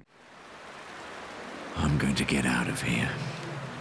He vocalizes shuffling this mortal coil on his own terms in much the same way I do upon getting in line for a show and realizing that I'm the oldest one there. This scene has the actual eating of the sandwich removed in the US version, but seeing as though we are on the platform we are on, that's okay. This is another strong use of the jumbled timeline, completely obscuring the fate of one character and the motivations of another. You wouldn't think it was Shimura who shot Ano because we just saw him risk his life at great annoyance to save her. They jostle scenes back and forward until they merge in the middle at Akira's death, where it clicks into place that he first saved her, then lost his will to live, died, and then came back only remembering that the last thing he did involved Ano. But for all he knows, he could have been killing her. He's just like, now what was I doing again? Let's see, I have a gun in my hands. Who's this? Following the first death of a major character, by my standards, not the manual, we stay in that exact time, but shoot ourselves, if you'll pardon the expression, with a gun over to a different part of the village and take control of a character we haven't played as yet. Maeda Tomoko. After becoming separated from Makino on the way to the church, she hid in a temple of great significance to Hanyuda's faith for several hours until the sound of Shimura eating that sandwich drives her to keep moving. Several characters in the US version of Siren were aged up by the localization team. Maeda Tomoko and Kajiro Miyako, for example, are, in all other versions of the game, 14 years old, but the localization team bumped them both up to 17. This predictably is remembered as a shameful act of censorship thrust upon a based Japanese game. However, this is a practice I will pretty much always not only be fine with, but encourage to go further. To me, gamers have simply not earned my trust with certain age brackets, so we're better off just skipping them. That said, I lend no defense to the decision to lower Mihama Naoko's hip size by 3 centimeters, as if the localization team saw that number and said, yeah, right, no way. Hey, who's this? I found a new guy. Yeah, no way. I sound like this. I'll develop him. Yeah. In this redo of the level in which Makino and Maeda were separated, before fleeing, we run back into the area to look for her ID, which seemingly nobody in this game can hang on to. That's like the 3rd dropped ID. It's 2003 and nobody has a wallet chain. That's the real immersion breaker here. 4 hours after Maeda left the Mizuhiroko Shrine, she's wandering around an area that has been almost entirely replaced by the otherworldly Red Ocean, when she finds the dead body of Shimura. As she's finally worn down with fear, she's found by Yao Hisako, who greets her smiling, assuring her that her parents are alive and waiting for her at the church. Casting a tragic irony on things, you receive an archive item in the form of a note that Maeda had left her parents before seemingly running away from home. It's full of the unrestrained anger and exaggerated swagger of a child. She says she hates them and never wants to come home, but the fact that she's been stumbling around all night through monsters and raining blood to reach them says otherwise. Back at the clinic, and almost a full day after Miyata threw acid in Mina's face, Makino and Risa are looking out the window worrying about him, when Makino is clubbed from behind by Shibito Mina. Instead of attacking her sister, however, she seems to psychically connect with her twin and intimate through images that Miyata murdered her. In his first level, he wakes up freaked out about the open grave because he had just finished burying her. A process which is so much more exhausting than any piece of media is willing to tell you. Unless the cutscene director just didn't want to make another character model, I think we technically see Mina participating in the Umiokuri and being upgraded to a Shibito brain 11 hours earlier when Makino and Maeda are looking into the bloody riverbed. I'm not going to pretend to know how the call of the Siren functions, but it might be that she crawled out of her grave, saw a bunch of people queuing up for something and thought, oh, this ought to be good. Maybe it's something free, I'm game. More than other games, I feel compelled, nay encouraged, to indulge in over-analysis of anything I'm shown, never taking a single thing at face value. Like, the more I see this brief shot of Maeda pointing, I'm like, she's kind of pointing like the guy in Ringu points. But then again, how many different kinds of ways can one gesture for you to look at a certain direction? Probably a shit ton, actually. And I'm gonna keep pulling the thread.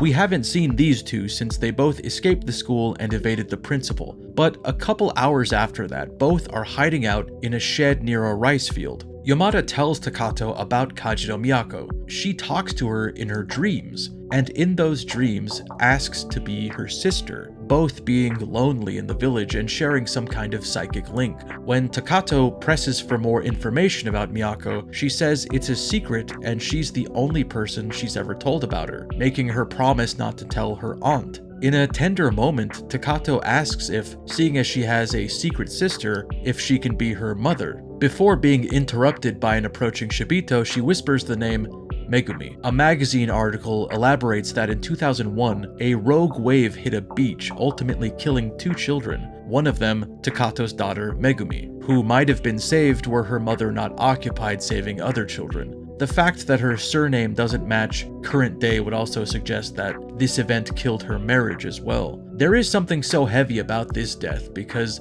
It is maybe the only one that directly affects any of the characters that has nothing to do with the paranormal. It's simply a sad thing that happened, which informs Takato's need to protect her student at all costs. The manga explains this subtly through single frames in the midst of an action sequence, but also has the luxury of printing a literal fake Wikipedia page at the end in case it wasn't clear how much you should be fucking crying right now. Yamoda Harumi clearly filled the void left by the loss of Megumi, and Takato filled the void of Yamoda's lost mother. Now, a smarter person may see this abundance of emotional weight they've added to this plotline and question why they might be doing that all of a sudden, but thankfully, I'm a stupid asshole. While attempting to get her out of town, Yamoda hides in a cart that is being pulled by a Shibito, and Takato tells her to run should anything happen. But not long after it starts moving, the siren starts up, startling both, giving away their position. Takato then makes a lot of impulsive snap decisions in order to ensure Yamoda's safety. She draws the Shibito to her with a car horn, opens up an oil tank,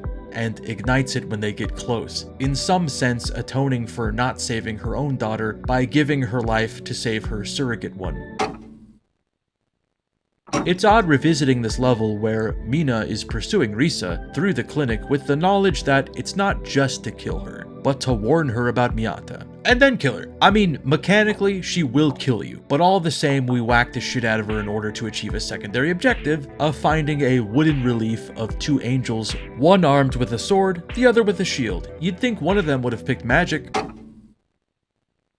6 hours later, Mihama Naoko intentionally submerges herself in a red spring while repeating Shimura's words, eternal youth. She appears to have done her own research on the mystery blood and determined its function to be rejuvenative in nature, and the possibility of becoming a chittering bug to be worth it. They really hit you with the 1-2 here. I'm not even done reeling from Takato's death after suddenly caring about her safety, and then we find out my favorite character just kinda walked into the game's central hazard because it might clear her skin up, and honestly, respect. Classic Mihama. This specific fate is one of the clearer references to Siren's inspirations. A lot of the events in this game are tied to a failed ritual and its ensuing fallout that took place in 1976. This is also the year that Daijiro Morohoshi's manga series Ankoku Shinwa began. While both share a clear admiration for Lovecraft's Shadow over Innsmouth, this manga, later turned game and OVA, does seem to be the origin point for ideas like the clashing of recorded history and eldritch mythology, an area of Japan that was erased from records following a massacre, a mysterious stone idol, an alternate dimension underworld where the gods dwell, legends of a great serpent that signals disaster, and ancient writings carved in places of significance to followers of these deities. One such message tells of the promise of eternal youth and immortality through sacred water, in exchange for servitude to a god of darkness.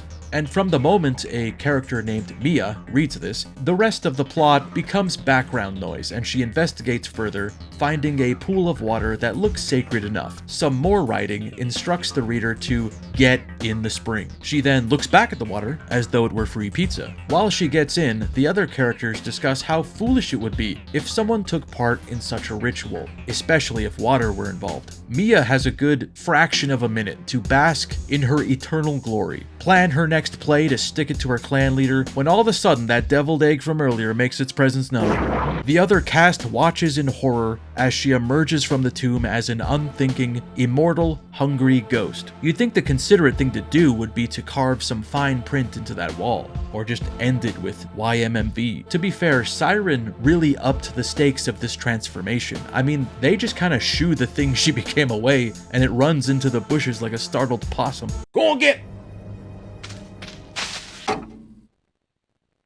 8 hours after Maeda was found by Yao, and you'd think was led to safety, we see her wandering outside the church among several floating lights that she guesses are angels. A strange moment interrupted by Shibito Mihama, but oddly she doesn't even attack Maeda. and instead runs into the woods laughing hysterically. There is a deceptive beauty to this level, with the fluttering firefly lights and a streak of green aurora painted in the sky. Maeda finds a devotional art piece stuffed in a drain pipe, depicting a vision of paradise specific to Hamuda. As she makes her way back to the church, there are a number of Shibito roaming around that seem to ignore Tomoko completely, which momentarily comes as a relief until you start turning over in your head why that might be.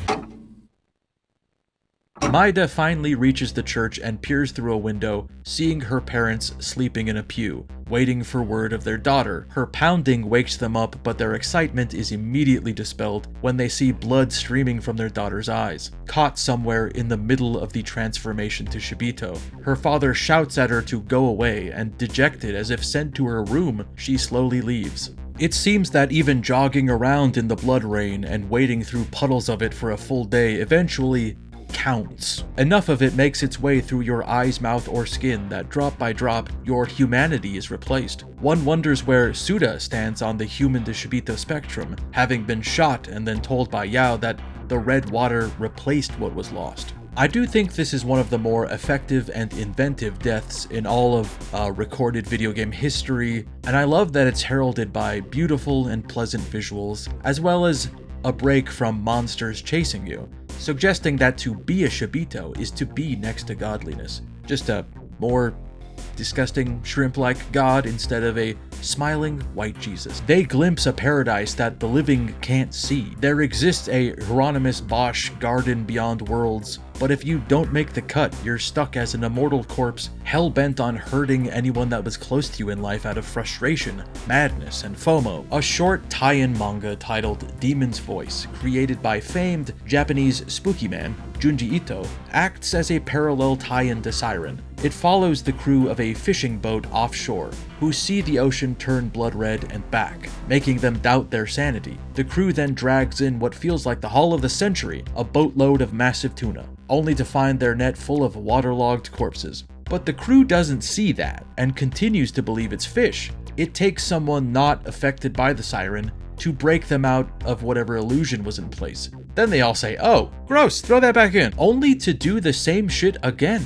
This touches on the psychology of Siren's horror and focuses on an idea I love that is only briefly explored in moments like this. The experiences and perspectives of characters vary wildly based on maybe their mental state, their proximity to the event, so to speak, and their long-term exposure to the water. It plays into the myth of the siren as a tempting song, not leading to a fish with but to a perceived interdimensional paradise. Paradise for some, piss pool full of skeletons for others. You may remember from a million years ago that this very scene was the entirety of the banned TV spot, and amusingly Toyama did not want this scene being in the commercials, primarily because it's a spoiler to a plotline that's been building for like 5 hours by now. But he was convinced to move forward with it when marketing told him that they had to, because it's the most fucked up shit in the whole fucking game. Oh, people are gonna freak, they might even ban it, and then nobody will see it. Hang on. Even though I'm not thrilled at the prospect of replaying this level, it is the culmination of a puzzle that's been playing out this entire time. At 4 different points, 4 different characters can find these stone markers that can be pressed in. Suda, Shimura, Miyata, and Ondorisa, each of these well hidden, and each you have not the slightest indication of what is happening when you do that. It's also in this level, provided you told Yamada to hide in that very specific closet and she found the candles in it, Reiko can go around to these lanterns outside the church and light them in a certain sequence. This sends 4 ghostly orbs flying into the sky. Some more reading from the Book of Deliverance discusses the Kiruden, a holy beast that guards paradise with a flaming sword, part human, part bull, part lion, part eagle, and all cop. Each of the lanterns Reiko lit bore the likeness of an animal as well, so this small ritual must have released the spirit of Kiruden, though it was not interested in helping us out. But you know, I wouldn't take it to heart because Takato doesn't even know what that was. So she did all that work and then was like, what the? 6 hours before Maeda's transformation and just before waking up in the abandoned house, Kajiro Miyako crept off to get a blade. She cuts her hand open, as well as Suda's, and presses them together. She then apologizes as she gets back on the floor with him, remarking that he used to be so pure, sparking a renewed connection between the two that we can only guess the nature of. My guess, she's made him her new dog. That's how they sync up. My dog died, you're the dog now. In an incredibly subtle yet grim callback, this scene starts with the sound of an explosion in the distance, because as this is happening, Takato is getting blowed up.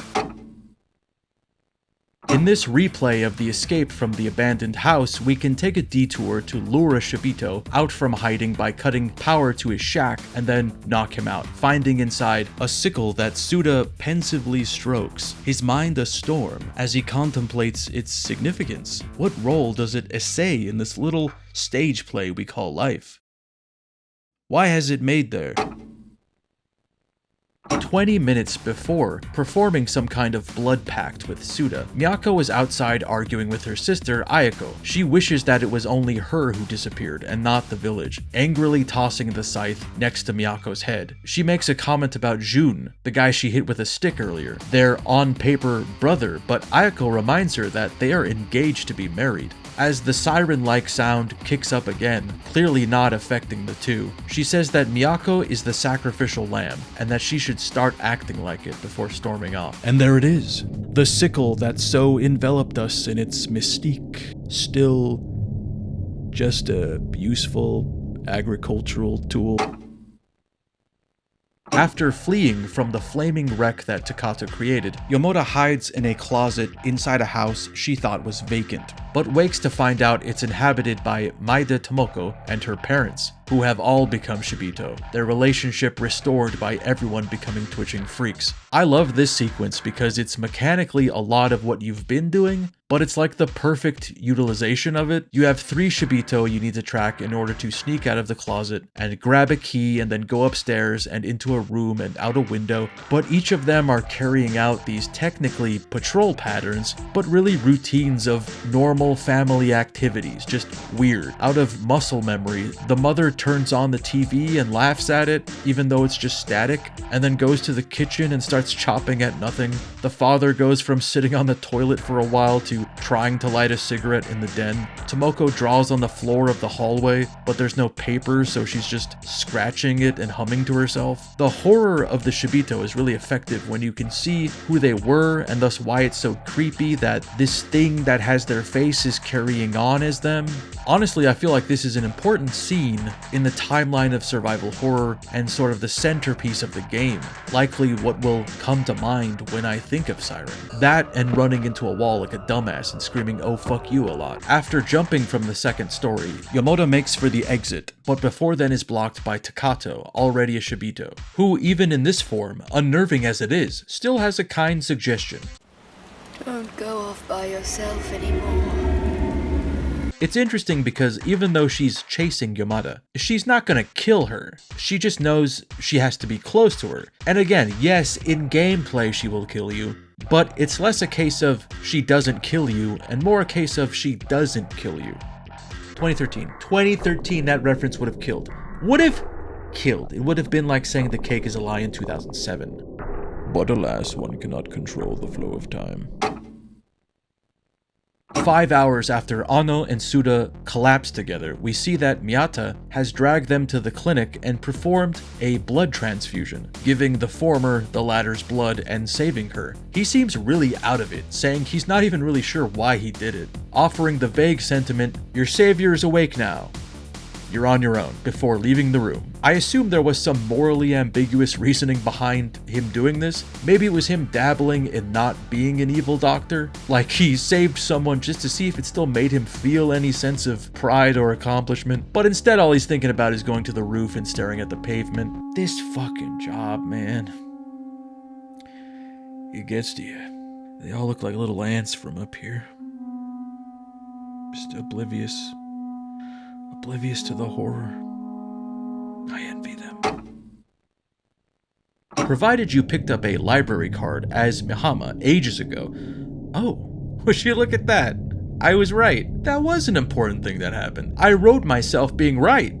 Didn't know I could do that. Well, you'll be able to pursue the second objective within her escape from the school, locating a library book of local folktales. The book, which she describes as both dirty and boring, contains a fable called Fish from the Sky, in which Hanyuda suffers a great drought when strange fish fall from the sky and land in the village. One is picked up by a starving girl who immediately takes a bite out of it. The sky then blackens and the sound of thunder is heard. Terrified and consumed with guilt, she promises to return each fish in order to earn the gods' forgiveness. It's really awkward navigating spoilers in this story that makes you work to understand its ideas, and thus you could figure out something substantial before or after others may. But it is so amusing to me that this character of all characters, who narratively is not interested in this book, does not give a shit about the history and folklore of some no-name backwater town, and only came here to pretend like she did on camera. She's the one that actually learns maybe the most significant interpretation of Hanyuda's myths, and it's pretty much wasted once she reaches the passage about eternal youth. Then she's just thumbing through it like, okay, now where are all the ads and pictures of Miyavi, who was more popular at the time, as was the concept of magazines. 3 hours after Anno wakes up in the clinic, Yao places flowers on an altar, with Kajiro Miyako laid out on it. She says his head has returned from beyond the ocean, and that she's been waiting so long for this moment that she nearly forgot who she was or what her purpose is. Some associated literature from the Book of Deliverance describes that angels will appear before a village girl when the Savior, the Son of God, appears on Earth. Must mean that the Savior is with us now. Could be any one of these bozos. I wonder who it is.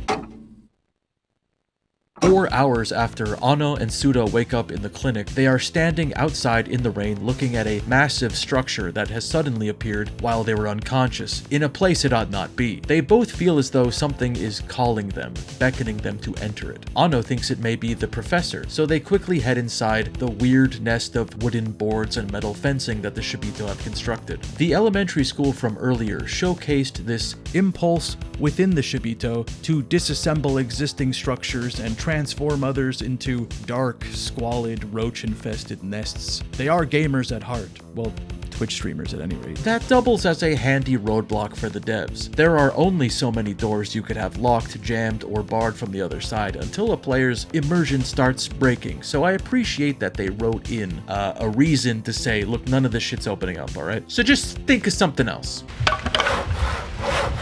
Okay, well, those boards were looser than the other ones, smartass.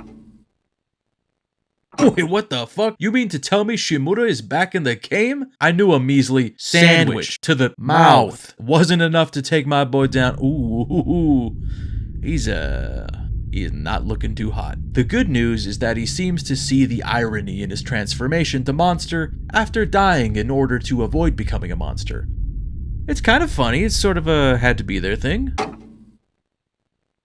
This scene throws us back to an hour or so after Mina was able to psychically show Risa that Miyata killed her, and he is staring out a window, pondering how he can definitively kill this woman that he already killed without having to dig another goddamn hole. When Risa appears behind him, herself now in the process of becoming a Shibito, though it takes him a minute to realize this, because I think Risa's Shibito thought it would be fucked up to put on a nurse uniform and freak out Miyata, which in all fairness does work. He attempts to strangle her just as he did her sister, but it clearly has no effect on her, and the maniacal laughter really seems to dispel whatever joy this was bringing him. This causes him to have the most comedically depressive reaction to being put in a boss fight.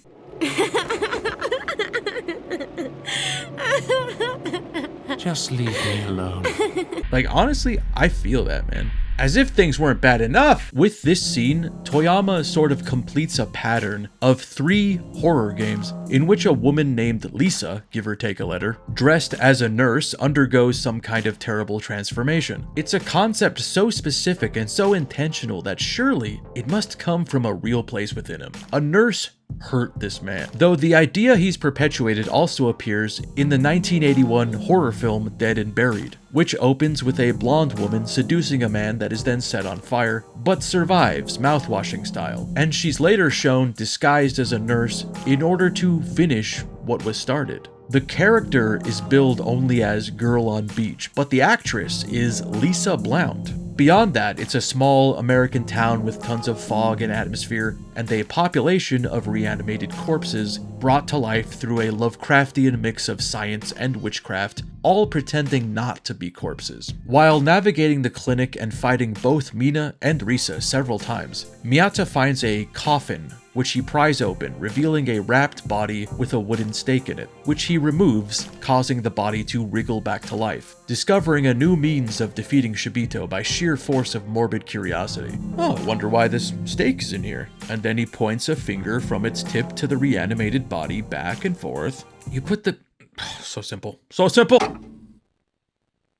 I feel like it's not often you have to immediately replay a level you just played, but in fairness, aside from bludgeoning Risa once more, we are doing an entirely different set of tasks, which includes tricking a Shibito to look into a trash chute and then dropping a machine that goes ping on him.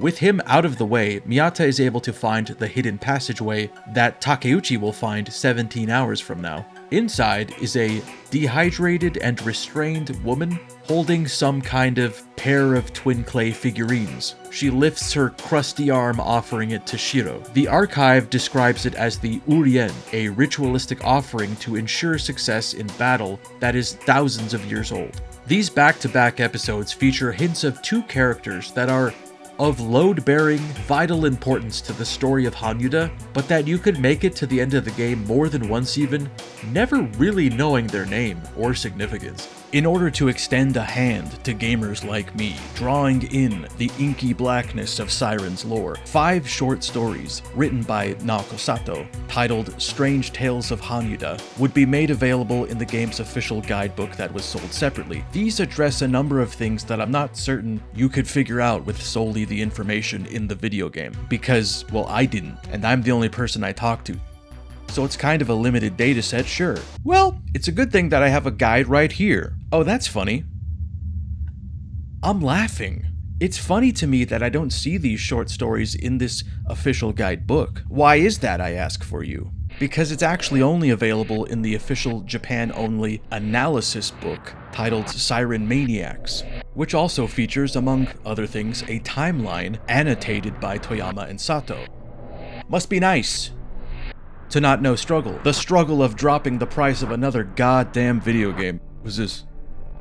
Oh, well, if it's related. So, with these stories, we can learn that the desiccated woman that gives Shiro the Urien is not a Shibito, but a still-living woman named Kajiro Miyako. Not the Kajiro Miyako we know, but her predecessor. See, in 1976, there was an attempt to perform the same ritual they tried 2 days ago, and like this one, that one failed when the Kajiro's daughter at the time, who was meant to be sacrificed, escaped. There is sufficient evidence littered throughout the game that Shimura Akira's cousin, Takafumi, was privy to several things about the Mana religion that were meant to be a secret, and attempted to go public with what he knew and disrupt the ritual. But he was instead confined in the Miyata clinic and treated as a psychopath. The church wanted to destroy his reputation so that whatever he divulged about their practices would be disregarded. In this very level, you can find a letter he wrote addressed to Akira that several times repeats, "I'm not crazy." This is when Akira's son, Shimura Koichi, was dragged into the furthest fringes of the story, yet participated in one of the most significant events. The sight of his uncle locked up and made to look like a madman, and knowing that his father was maybe frightened into silence, filled him with a desire to right these injustices. 1976 Miyako escaped from the ritual via an underground tunnel with the help of the Kajiro's maid, Sumiko. This underground tunnel is where a number of previous Kajiros are kept, still alive and in writhing torment due to their family's curse. At the other end of the tunnel, she appears at the Mana Church, startling Koichi, who has just stolen something of great importance to the ritual. This is when the siren rings out, and a similar catastrophe results. Part of Hanyuda drops into an alternate dimension, causing the earthquakes that killed the Takeuchis and Shimura's wife. This would also lead Makino's adoptive father to get some rope and eat a sandwich, embarrassed by the culmination of his life's work failing miserably, thus leaving the role of spiritual guide to his son, shedding some light on the immense pressure that 2003 Makino must have felt to avoid a similar catastrophe. Meanwhile, the locked-up Takafumi has started to become a Shibito, and starts to sightjack by accident, seeing through the eyes of Miyako and Koichi. He sees that his nephew has also started to turn, as blood streams from his eyes, not wanting to become a monster. In an effort to fight it until the bitter end, he instructs Miyako to put him in a box, wrap him in wire, and drive a stake into his chest, which she apparently does not hesitate doing. Like, he barely finished his sentence and confirming that the wriggling form in the coffin was Shimura Akira's 14-year-old son, made immortal but incapacitated, until Miyata came along, of course. A fate that could have been avoided had Koichi also had the foresight to inscribe "Don't Dead Open Inside" on his coffin. A number of these details are confirmed and expanded on in Siren Rebirth, but I avoided leaning on it as a crutch because while it does artfully show things only hinted at in the game and integrates the Strange Tales parts effectively, it is still in part a reimagining and reevaluating of the material, producing things that I don't know if they were always meant to play out that way, or if over the course of 18 years they just had some new ideas. Like, they show Naoko with her film crew getting ready to work on their documentary when the cop from the game's opening kills all of them except her, which is not the worst explanation for where they went, but also Naoko doesn't seem to know where they are in the game. She's like pissed that they abandoned her, whereas here she sees them get gunned down. Their blood spatters onto her. So later she's just like, what, pissed that they stopped moving or responding to her questions? Yeah, that kind of sounds like her. What a great character. Over 4 hours after Makino was knocked unconscious by Shibito Mina, he's drawn to an operating room by the sound of screams and finds Miyata sitting between both sisters who are restrained, writhing in pain, and suffering from various injuries. Miyata says it doesn't matter how you cut them up, they just regenerate, and tosses him a handy list of things he's tried. Makino calls him insane and leaves. So there is the lingering question of why exactly Miyata killed Ondamina and later Risa. Ignoring materials that came later, within the game, we saw the letter that Mina wrote to her sister implying that she was dating someone, presumably Miyata, as they worked together, which is sometimes enough. And secondly, as Shiro strangled Risa, thinking she was Mina, he eventually realizes it's not her, but does something quite telling. He keeps killing her anyway, admitting to killing them in a roundabout way, saying the sisters even look alike in death. Both sisters seem to be fixated on tormenting him, following him around, as shown by Mina having Anno's glasses despite that interaction happening far away from the clinic, and this does appear to get under his skin and emotionally damage him.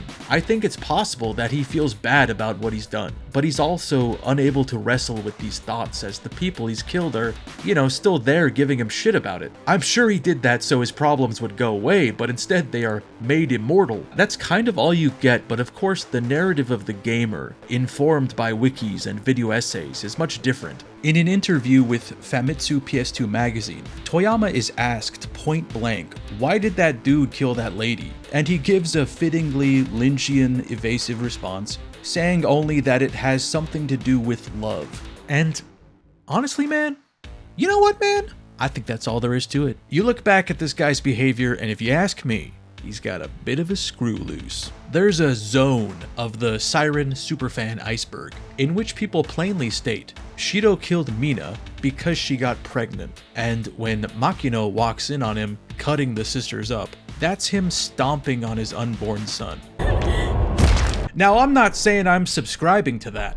I don't want that to be true. How dare you? I mean, what are we, just giving names to wiggling sheets and then stomping on them? How about this? I think that was a very small but otherwise normal man wearing blue jeans named Tommy. Tommy, no! I see how one could arrive there if we are taking the information added by Rebirth as an unassailable fact, which I'm only doing when it suits my narrative. That manga does suggest that Mina was going to tell him that she was pregnant, but it also adds a further reasoning for him killing her, in that she finds out that he's conducting experiments on Shibito for the mana cult and that maybe the whole clinic was just a front for them. And he even confirms with her that she didn't tell anyone about learning any of this, and that is when he does it. I don't know if either way I'd say that's why he did it, or if Project Siren ever planned that to be part of it, if it was a thing they snuck in, or if it's a later invention. But all I'm saying is, murder,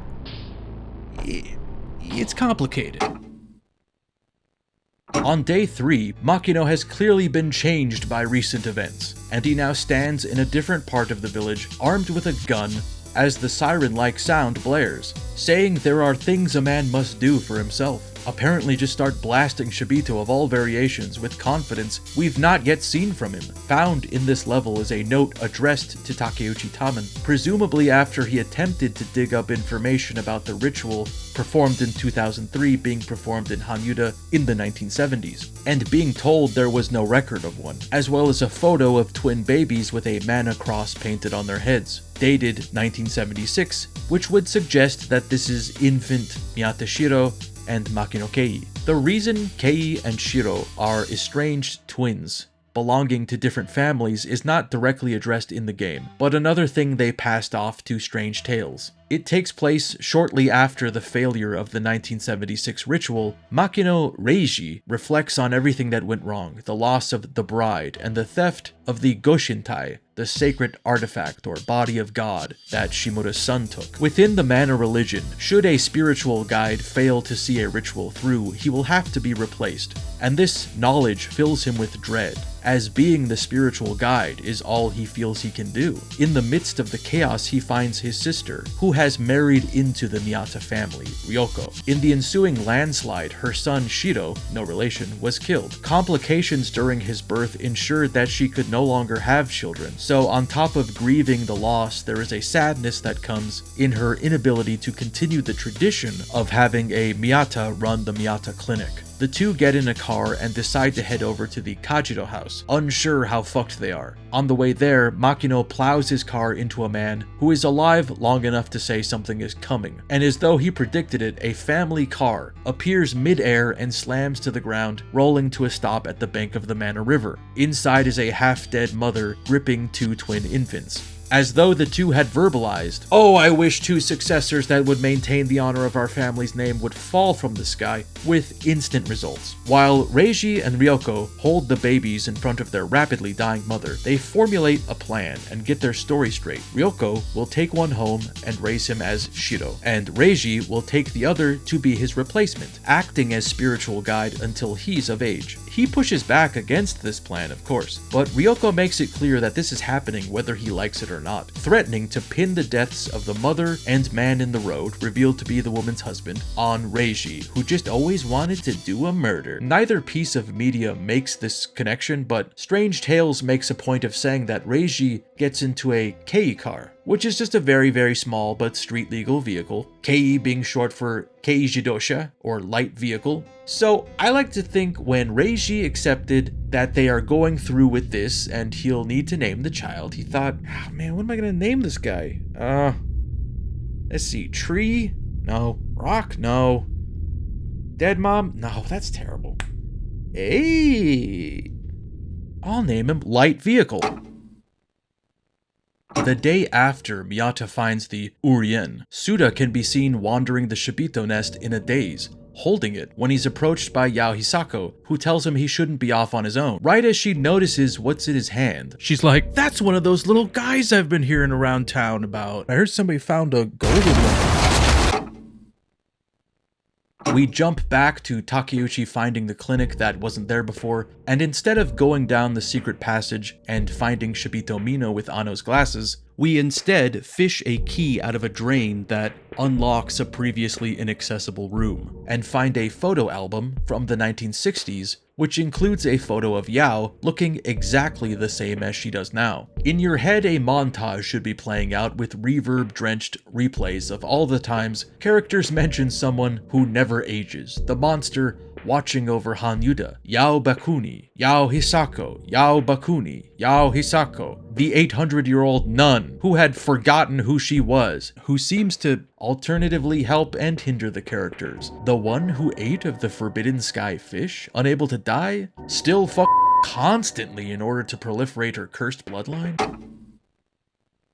Speaking of, 7 hours before Takeuchi finds definitive proof that Yao is impossibly youthful, we see her standing by the shore of the red water, simply glowing, saying that soon the beginning and end will be as one, when some kind of strange, desiccated, disgusting alien head appears at her feet. When she picks it up, she sees a beam of light and many pairs of arms, then eventually a glowing woman that looks a lot like her, holding a box suspended above the water. At this exact time, across town, Makino sees the pillar of light in the distance and drops to his knees, taking part in a synchronicity as prophetic and meaningful as the exploded head of Linguo, the grammar robot, landing in front of Homer with no context for how it came to die, only knowing that it surely holds a great significance for what is to come. Less than an hour after that moment, Suda and Kajiro are observing the light from atop a hill. Well, he is for both of them, when Kajiro starts to freak out that it's coming, and Suda is clueless as to what she's upset about. The two attempt to leave the village but are pursued by Shibito, determining that if they defeat the nearby Shibito brain, the rest of the Shibito connected to him will be incapacitated. Thankfully, I had a scene with that already done in the oven. After doing so, Miyako describes exactly what's happening to the village. It's being dragged into another dimension slowly, half existing in both places at once due to the Mana Church's failure to provide their god a sacrifice. This does not seem to perturb Suda one bit. He's smiling and joking around like, yeah, this place is real weird, huh? Well, the good news is now we can just skip town and we'll never have to see zombies or red oceans or that brother of yours. By the way, my name's Kiyoya. What's your... I guess getting shot a second time in the same spot you got shot before and tumbling down a cliffside is an adequate reason for Suda to be so sleepy when he meets Ano soon after. Until now, I just thought he saw her and was like, oh, nap time? Thank Christ. Like Miyata's back-to-back redo, this is another best-case scenario repeat level, as you have a new objective that requires you to explore the level further and experience new content, including the reappearance of the cop from the game's opening, now evolved into a flying Shibito, who you amusingly defeat by pouring a bottle of sake on the ground next to a live power wire. I feel it is important to remind you that ACAB includes this alcoholic bug. Further proving just how film-brained this game is, Toyama has said that even the lead-up to us meeting the cop, which we did not see, that exists only really in his head and is briefly implied in the manga, was an homage to the film Cure. The cop, before shooting Suda, shot his boss in a manner very similar to a death in that film, which takes place in front of a sign that reads, "No more gun," but may have intended to read, "No, more gun."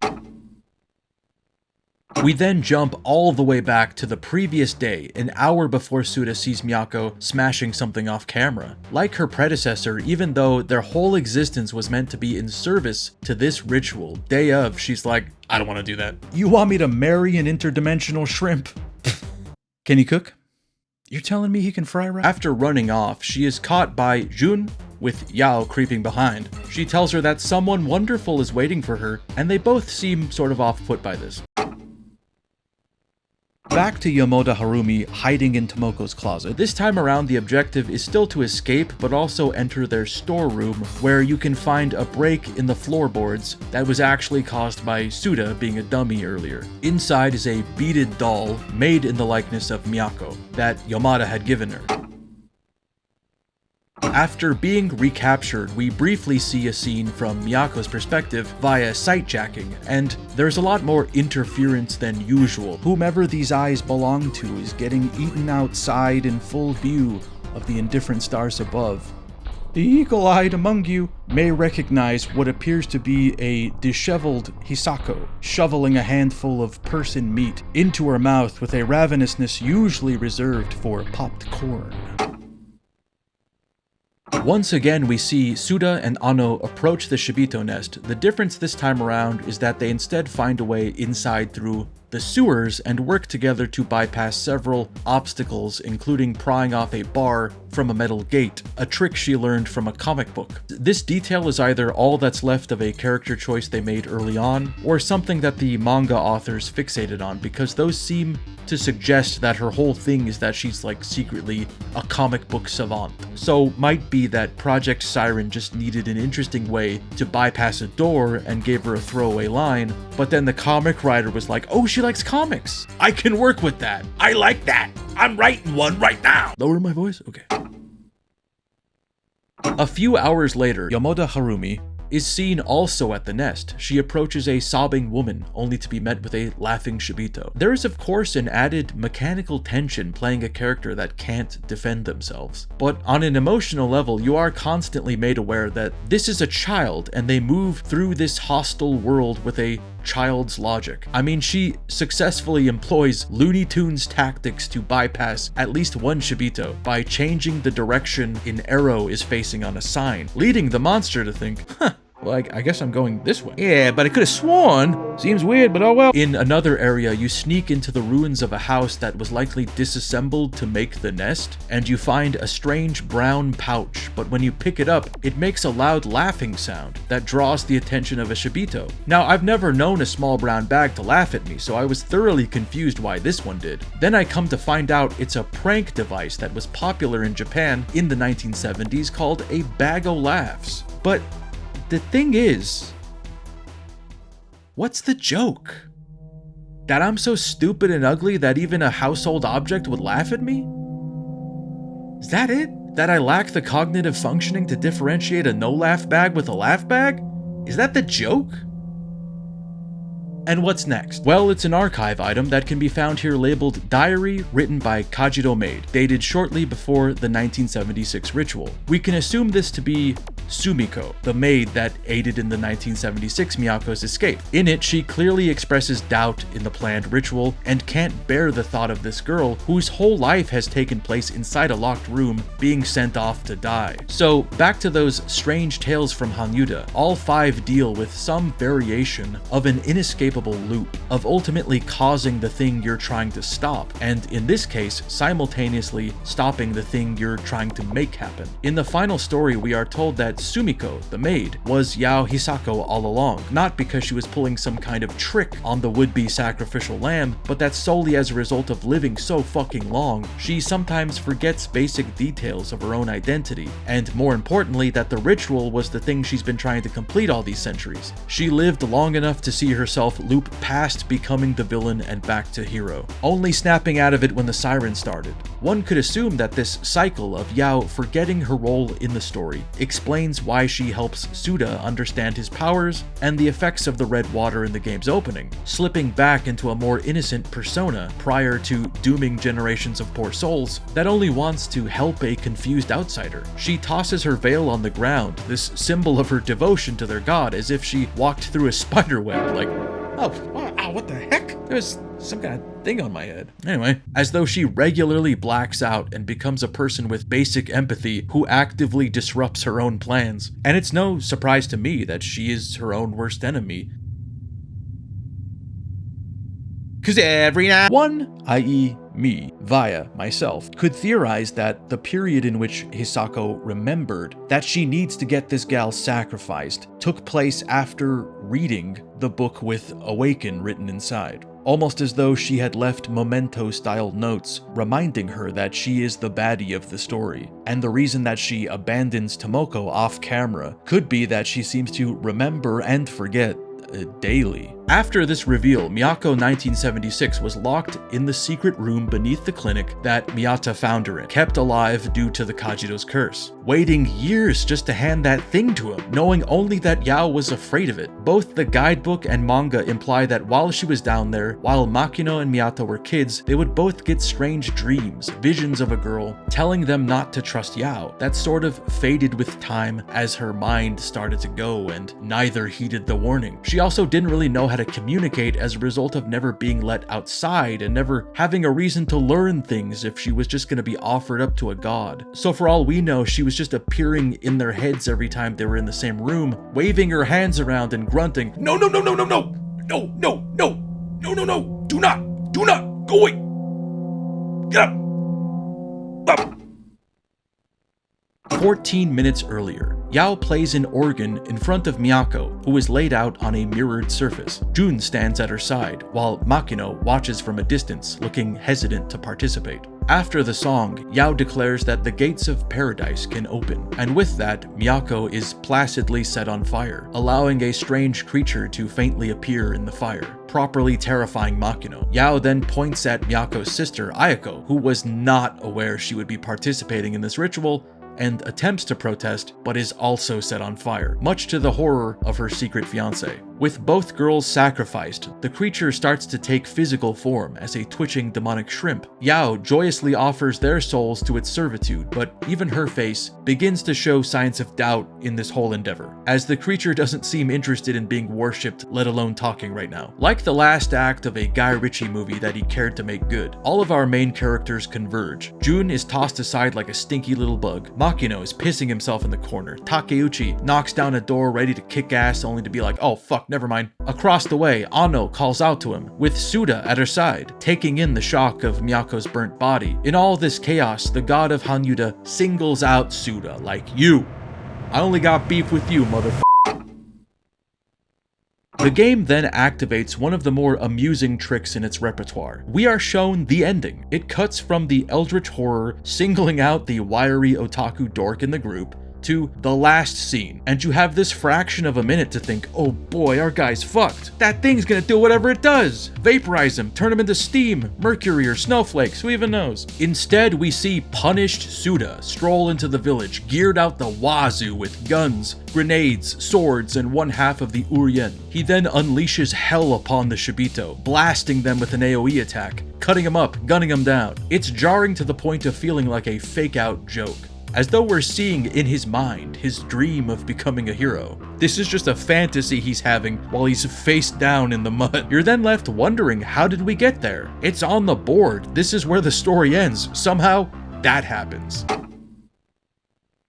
In a repeat of Maeda Tomoko's walk to the church mid-Shibito transformation, we're given the objective of making it to the church without being spotted by any enemies. Even though they won't attack you, it still notifies you when one can see you. Other than playing it differently, taking advantage of some distractions to trigger in the environment, there isn't much in the way of new content. But we can find an archive item that follows up with something from a Miyata level in Day 1, a filming itinerary for Occult Japan, the docu-series that Mihama was meant to host. It proposes an episode focusing on a cryptid called a Tsuchinoko, a sort of talking snake lizard that holds a similar reverence to the Japanese as Bigfoot would to Americans. In Tomoko's level, you can find a wanted poster promising $1 million reward for its capture. If posted after the year 1964, however, this promised reward would never be earned, as that creature had already long since been devoured by Naked Snake. I mean, look at that thing. It's practically designed to be eaten. It's like a slithering calzone. It's the atheist's nightmare. Without another explanation for why this happens, I think you do technically catch a glimpse of this creature as Kyoya while escaping the abandoned house with Miyako. I like this because it displays a general fascination with the paranormal from its creators, implies that the veil between Hanyuda and the underworld allows for all sorts of phenomena, big and small, to slip through, and also it exemplifies Siren's strong ties to Japanese culture. These posters, or a variation of them, did exist at the height of popularity of searching for the creature in the 1980s. There's even a park in Kashihara established in honor of less so the cryptid and more so the way it brought people together as a community. Anyway, this kid is still dead. 2 hours after the completion of the redo of the ritual, in some kind of vision or dream made possible through their shared blood, Kajiro and Suda sit in a field of grass on a bright Technicolor day. She tells Suda that he's different from the others in the village. His sight is different, warmer, and that she wishes everyone else would disappear before Suda is left alone and the sky turns dark. This scene really stayed with me, perhaps because it's one of the most sentimental and surreal moments in the game, fixating on the simple and human tragedy at the center of the story that can get lost in the shuffle of monsters, time loops, cults, and rivers of blood. That of a teenage girl that was conceived to die in exchange for the absolving of someone else's sins, robbed of all the normal experiences she was owed. That even this fleeting moment in the company of a boy her age that sees her as an equal was enough to compel her to psychically imprint on them, to be connected even in death, which is a beautifully depressing idea. Toyama and Sato often credits the directorial debut of Hayao Miyazaki, an anime series from the 1970s called Future Boy Conan, with sparking their love of sci-fi and complex narrative structures. This same anime would go on to be a reference point for one of my favorite OVA, 1992's Green Legend Ran, which an 8-year-old me would record to a tape as it aired in heavily censored fashion on the Sci-Fi Channel original spelling. But like Future Boy Conan, Green Legend Ran is a story about a girl with a connection to another world, a purpose to serve for some kind of bizarre insular group who meets a boy her age that is an outsider, mixed up in their business, initially because of his own self-interest. She is later captured by that group, compelling the boy to set out into a foreign world and rescue their new friend. There are noticeable threads of influence woven through both series and through Siren, for me. A person that doesn't know what the fuck they are saying half the time, and just wanted to talk about something they liked real quick. So if you could indulge, watching this picturesque scene of our star-crossed friends turn nightmarish recalled a deeply scarring scene from Green Legend, in which our two protagonists arrive at an oasis, rich with water and greenery, tucked away in the ruins of the old world, in stark contrast to the barren, uninhabitable desert surrounding it, so void of the Earth's makeup that spacesuits are required to navigate it. While there, the girl's otherworldly pursuers interrupt their waking with a dream, beckoning them to come back and fulfill their sacrificial purpose. The break from life's horrors, invaded by a threat they will have to confront eventually. This is about the most relatable emotion I've encountered in a piece of media. Trying to stay in the moment while pain cometh. So I applaud Siren for managing that in a tenth of the time that Green Legend Rand had to work with. An hour later, the boys wake up spouting cliches. Oh, that's gonna leave a mark. I'm okay, I'm alright. Oh, get too old for this shit. Suda slowly gets to his feet while Takeuchi assures him that Yao is responsible for everything in Hanyuda and has to be stopped quickly. Also, we should not stay in this water that's been raining on us and seeping into our pores and eyes and mouths for 48 hours for too long. While clearing a path, Takeuchi drops his notes and, presumably thinking he might not make it out of this village, says he no longer needs them. Inside, he describes Hanyuda as teetering on the edge of two worlds, repeating the same events over and over like a pendulum, a woman who has eaten the fruits of life, and a visitor from another realm. Suda tries to drag Makino back into the story, but he's gone catatonic. Hard to believe that 9 hours from now, he's had some kind of spiritual awakening and goes on a Shibito killing spree. Takeuchi tells Suda not to bother with others, all that matters is stopping Yao, so they should split up to look for her. I'll go this way, you go that way, and you? May your death inconvenience our enemies. Newly armed with a pipe, the professor reaches a fortified area where the Shibito have congregated in great number, and worries they will never get through. Meanwhile, Suda seems to have forgotten the main objective and simply wants to find Miyako, so they can escape, but finds a rifle resting on a grave and winds up in the same area as Takeuchi, surveying the well-guarded entrance.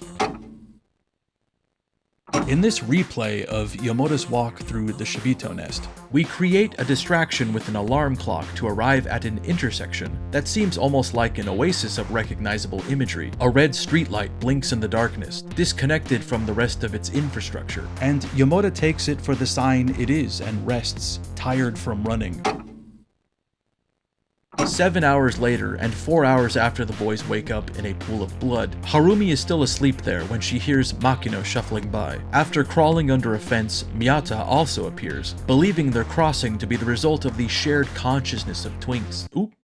Little typo. Makino calls himself a fool for the role he's played, for helping Yao bring about the village's destruction, and the summoning of a god that turned out to be real, and not just like a fun symbolic thing they did instead of developing a hobby. Even still, Shiro wishes he could have had Kei's life instead, envious of his position in the Order of Hanyuda. Tired of feeling inferior to his double, he exits the stage with a gunshot. Kind of like Yomoda's last revisited level, you're given a second objective that will sort of actually see the first one accomplished. Neither Takeuchi nor Suda penetrated the nest's core, but in doing this thing instead, you will. A different path leads Takeuchi to a breaker box he destroys, throwing the area into darkness. Likewise, Suda finds a different way in, and when the lights go out, he hears Miyako's voice reminding him of his promise to escape with her. He uses her eyes to guide himself to her, revealing that she is able to perceive the aura of the Shibito. I don't know about you, but I would honestly be livid with Miyako. If this whole time I've been guiding her through this nightmare village, she's secretly had detective vision and just didn't tell me about it, or give me status updates on Shibito locations. What have you been seeing this whole time that I didn't know about? What do you see? Cruelly, as we finally see the moment where Kyoya almost saved Miyato, we cut to... The ritual has been completed. This Kajiro Miyako is dead. The god she was offered to is rampaging through Hanyuda. Suda is still sitting in a daze, wondering where Miyako went after their shared dream faded, when he's then approached by Makino, who is very obviously not behaving normally. He's lost that scared chihuahua quality that we came to be okay with. This new guy is oozing confidence. He tosses Suda one half of the Urien and says, "Use it, that's your role, isn't it?" before strutting off to fulfill his role in the proceedings, the other half clutched in his hand. I know the thinking is that we have some idea what that thing is, an impossibly old object meant to ensure success in battle, but it can be hard to ignore the fact that Suda should have no clue what the thing this guy just gave him is. He just hands him a little man and he's like, "I take it you know what this is and what to do with it." Oh yeah, I've heard of these. They're popular. 6 hours later, a tired Makino is walking with purpose, and the sun starts to set, so he quickens his step to wherever he's off to, cutting through the mining area that we visited with Akira and Naoko, which feels like centuries ago. Makino's change in demeanor and willingness to engage in violence after the ritual is probably already throwing up flags for you, and sure, he had the Urien, which was, by all appearances, a thing that Shiro had and did not tell Kei about. But hey, he may have just seen it poking out of Shiro's coat and thought, oh, this looks like a cool lawn ornament. Yeah, I could see that propping a door open. What really seals the deal as to what may be happening here, this trick they're pulling on us, is that Shibito Risa appears and makes a run for him, but he skillfully takes her down and stakes her into the ground, using the forbidden technique. He's then pursued by Mina, but uses an explosive charge to destroy her, along with the floodgates keeping the red water at bay. This is kind of like a mini Silent Hill 2 playing out, right? A guy kills his partner and is tormented by her memory, seeing an approximation of them dying over and over, only if it was like that he had to keep Old Boy Hammer fighting his wife, just a mob of them.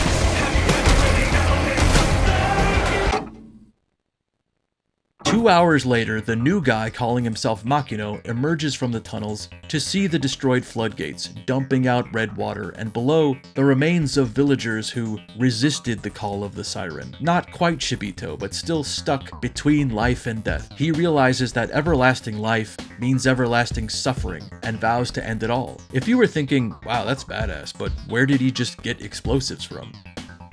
Well, returning to the scene in which Makino claims there are things a man must do for himself, that apparently meant finding explosives, which he does by entering the well that Takeuchi Taman had his encounter with the ghost baby in, and indeed the very same one he knocked the Shibito down. With the water gone, Makino is able to climb inside and find a hidden alcove with 70s era dynamite stashed away. Nice and sweaty for easy transfer. Appropriately, the guy that Taman knocked down there is still in there. And of all the nameless Shibito, I can't think of another one that received more cruel slapstick treatment than this guy who got shot, fell into a well, and was underwater for a day with only a ghost baby to keep him company. The well dries, and then a different guy climbs down there and shoots him again? And like, who was he hurting? Really? He just wanted to do his rounds, maybe hammer a piece of wood for a bit, mumble to himself. Who's the real monster here? 6 hours later, after the ritual, Takeuchi is trying to compose himself when Ano appears waving at him. But their reunion is again delayed when the shrimp god appears, and all three are thrown aside by the tidal wave of red water caused by Makino 2.0, who is feeling a lot more like final form Shiro. A beam of sunlight emerges through the damaged nest and burns the god, weakening it substantially. 4 hours later, Takeuchi again finds himself straining to stand after something blasted him into the stratosphere. I swear half his scenes are him speaking authoritatively about what must be done or going, oh man. The professor then hears voices calling his name, beckoning him to follow. On the way, he is confronted by Naoko, who has evolved into a dog-like Shibito, and Reiko, who has evolved into whatever the fuck this is, Mayor McCheese, still calling out for Harumi as the remains of her humanity flicker in and out. Afterwards, Tamon finds the charred remains of a doctor's coat, bearing the name Miyata. What, he shoot himself with an RPG? 2 hours earlier, Suda is kneeling on the mirrored platform that Miyako was burned on, and staring into its reflection, when she appears behind him, assuring him that she'll always be here, and says he should go to her. When he asks how, they press their hands together, and he sinks into the other side of the mirror. Thinking back to Miyako giving Suda her blood, it was hard to gauge the morality or tone of what she was doing there, as the game has taught you that the intake of red fluids in any sense is to be avoided, Mountain Dew Code Red included. But we've seen that the Kajito bloodline, while cursed, is immune to Shibitohood and the Siren's influence. That was actually Miyako giving Suda a blood upgrade because she liked him. Some of these traits may have also been imparted to Ano Yoriko, as she was then transfused with Suda's growing soup of red sauce. The first half of this replay of Takeuchi searching for the ghostly voices calling his name are largely unchanged until he makes his way to his childhood home, the one destroyed in an earthquake the last time this ritual failed, looking just as it did all those years ago.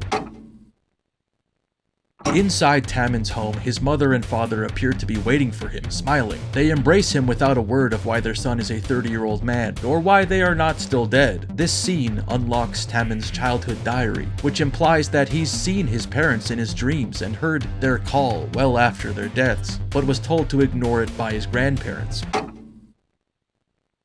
The game is so close to playing all its cards that it appears to be stalling with a genuinely pointless loop of Makino's journey to destroy the floodgates, only this time all Shibito must be defeated, but you are rewarded with a follow-up to his previous scene. Makino stands in the dried-up lake full of suffering villagers that never became Shibito. He produces his half of the Urien and offers up his own life in exchange for the freeing of these souls. A brilliant light shoots out of the earth, burning all the villagers away, setting them free. Within the flames, he sees Mina and Risa waving at him, and they call him Shiro, confirming that Shiro had not exited the stage so much as had a costume change. The real Makino seemed utterly defeated when he again failed to rise to the occasion and fulfill the duties he was groomed to perform. So Shiro killed his twin brother, took his identity, and did those duties for him. Shiro simply wanted to be Kei more than Kei. With the deal completed, Shiro walks into the Pillar of Eternal Flame and is vaporized. This is just a quirk of the voice performance, but I love Shiro's awkwardly surprised little "oh" at seeing the sisters he murdered waiting for him in the afterlife. Like, oh, no hard feelings then, eh? It's like a much higher stakes version of flipping off another driver without realizing you both have to stop at the same light. The bizarre visual of a woman beckoning another character to them amidst a horde of monsters in a fragile reality was sourced from the 1963 psychotronic horror film, a phrase I've always wanted to misuse, Matango. A film with the classic Lovecraftian framing device of being recounted from a psych ward by a man gone mad from the revelation, or rather the ingesting of mushrooms that can talk before you eat them. One could read Makino's death and Miyata's taking of his identity as two flawed, insufficient pieces becoming one, symbolically. Shiro envied his twin brother's position as a mana priest, seeing his own profession as belonging to a lesser class. but he knew he didn't have the empathy or devotion to actually be a spiritual leader of any sort. Conversely, Kei has these qualities, but none of Shiro's confidence or bravery. By Shiro engaging in the tactics of Agent 47, coldly deleting his brother, donning his clothes, and calling himself Kei, he has, in a sense, become the best of both in one. He is the guy he always wanted to be and not the nihilistic zombie he was forced to be. And Kei is, well, he's probably the closest to his god he's ever been. Risa and Mina shared a similar merging of sibling, with Risa herself seemingly becoming confused about which sister she was following their psychic syncing back at the clinic, becoming one in undeath instead of life, satisfying two half-personalities, one able-bodied but unemployed, the other a nurse but pregnant. Come to think of it, I can't say I knew a whole lot about those two. And you know, I only feel comfortable throwing around this kind of pointless subtext analysis because, well, the game lied to me, right? It told me this guy was Kei and not Shiro. And I don't mean it obfuscated that the latter had killed the former. It fucking told me that this was Kei in the title card. So I'm choosing not to believe this is how the game would treat me. I can deal with the repetition, the weird logic, and the off-putting voiceovers, but dishonesty? That is where I draw the line. And the killing of a dog, of course, if it's not too late to re-establish the line. 5 hours later, on the other side of the mirror, Suda is not greeted by Miyako, but the woman responsible for her death, kneeling over the burned god, now revealed to be named Tatsushi, thanks to the objective screens. She wonders for a moment how he even got there, but then accuses him of being the one who stole the fruit, presumably after they had not looked at the tree that bore it in about 10 seconds. Suda is about to put one between the creature's eyes when Jun, as a Shibito, appears and initiates a fight, proving to now possess a variety of powers, as well as a familiar-looking sword, that by fate we are destined to wield. After being chased around with it for a while, the Urien starts to glow and Suda uses it to blast Jun into the sky as though he were an alien race trying to gaslight Julianne Moore.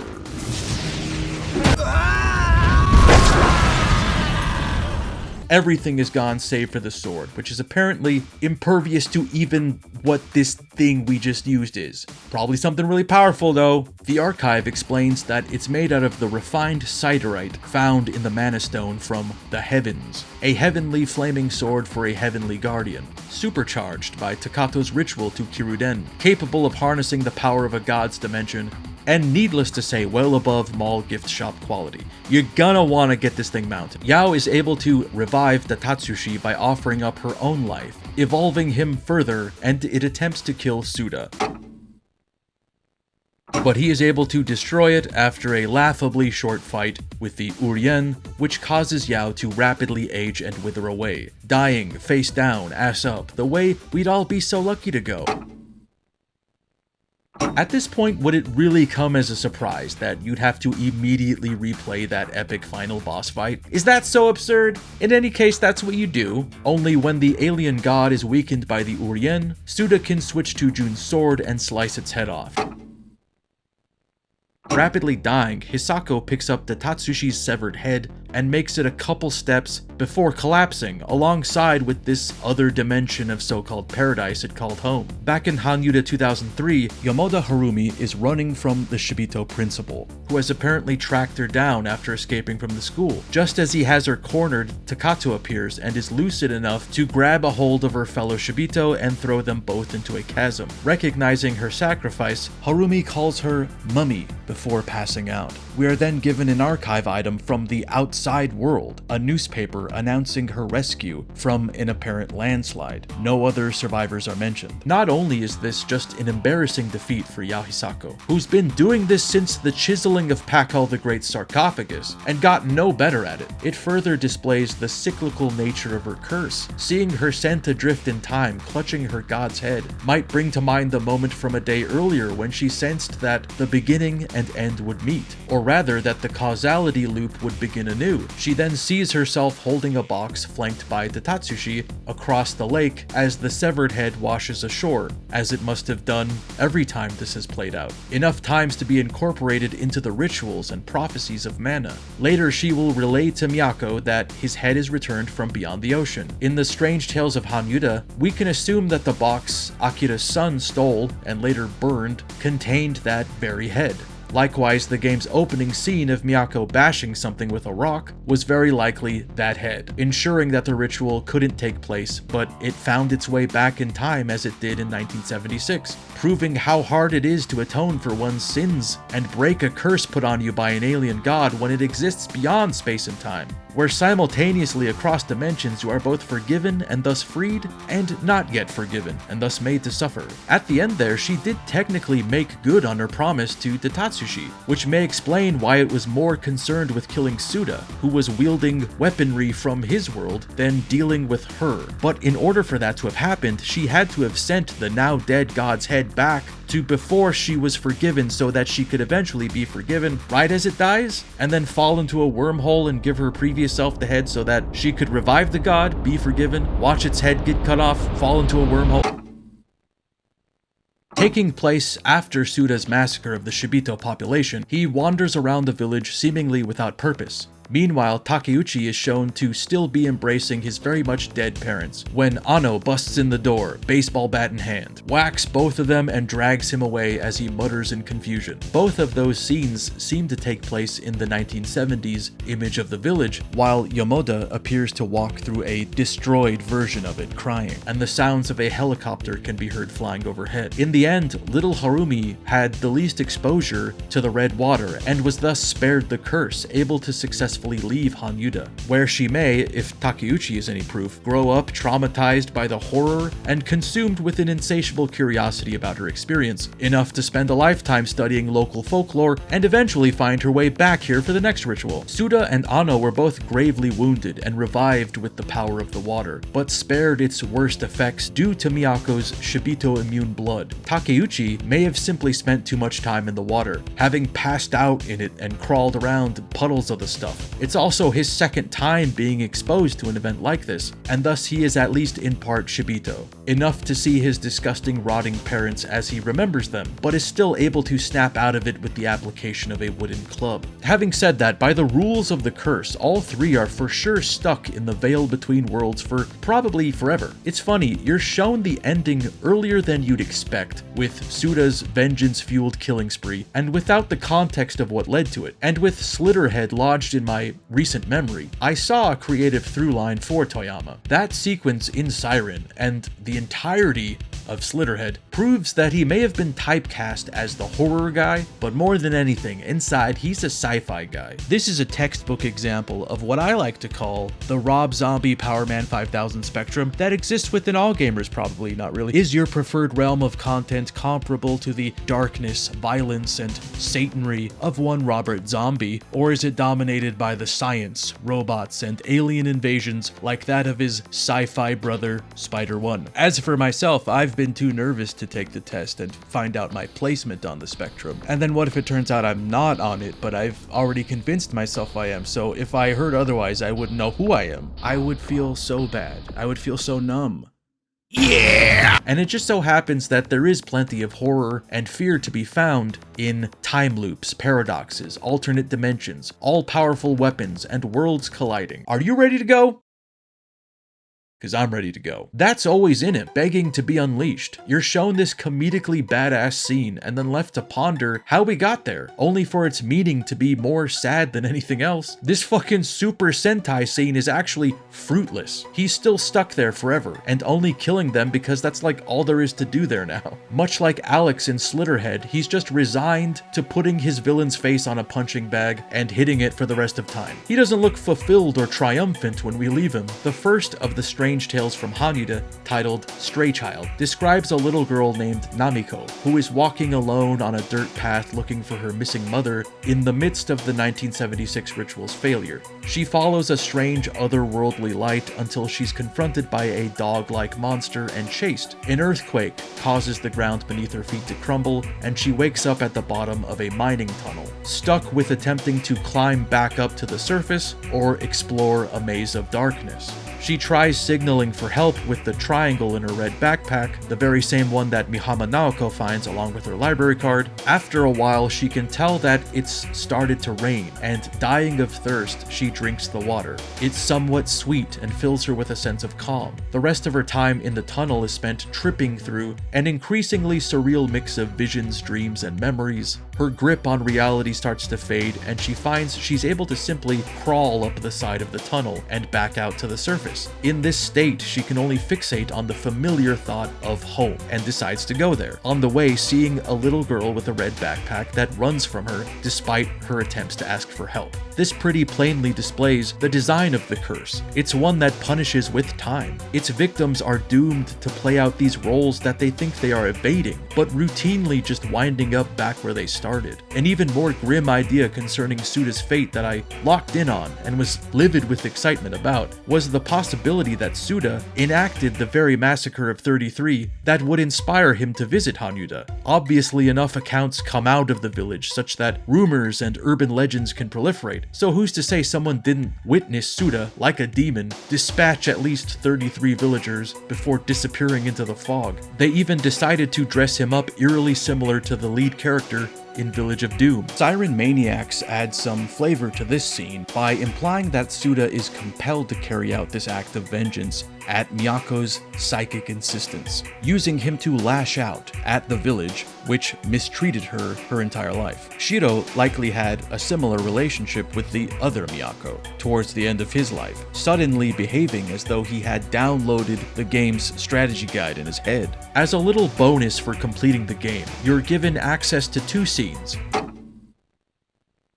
The first shows Yoriko wandering around the nest trying to find her way without glasses when she notices Taman across the way. While running over to him, she falls through some floorboards, and that's about it. This seems quite literally like something that was just cut for time, or was perhaps associated with a level we never got to play. It adds nothing, reveals nothing, and reinforces nothing unless you were really upset that Yoriko seemed to never express frustration about her missing glasses. If that was really fucking bugging you, then hey, you're gonna love this. She goes just shy of full Velma in this one. This scene may be associated with what I think was a joke by Toyama and Sato. In Siren Maniacs, they describe Ano as a shoujo manga character, but inverted, embodying the trope that transcends manga of a bookish and unremarkable nerd suddenly becoming beautiful and irresistible once they just take their goddamn glasses off. Only it's once she has the glasses off that Takeuchi looks terrified of her, maybe seeing her as a shibito or something due to his own loss of self. I don't know, I might be just diving in front of a bullet of their own making, you know?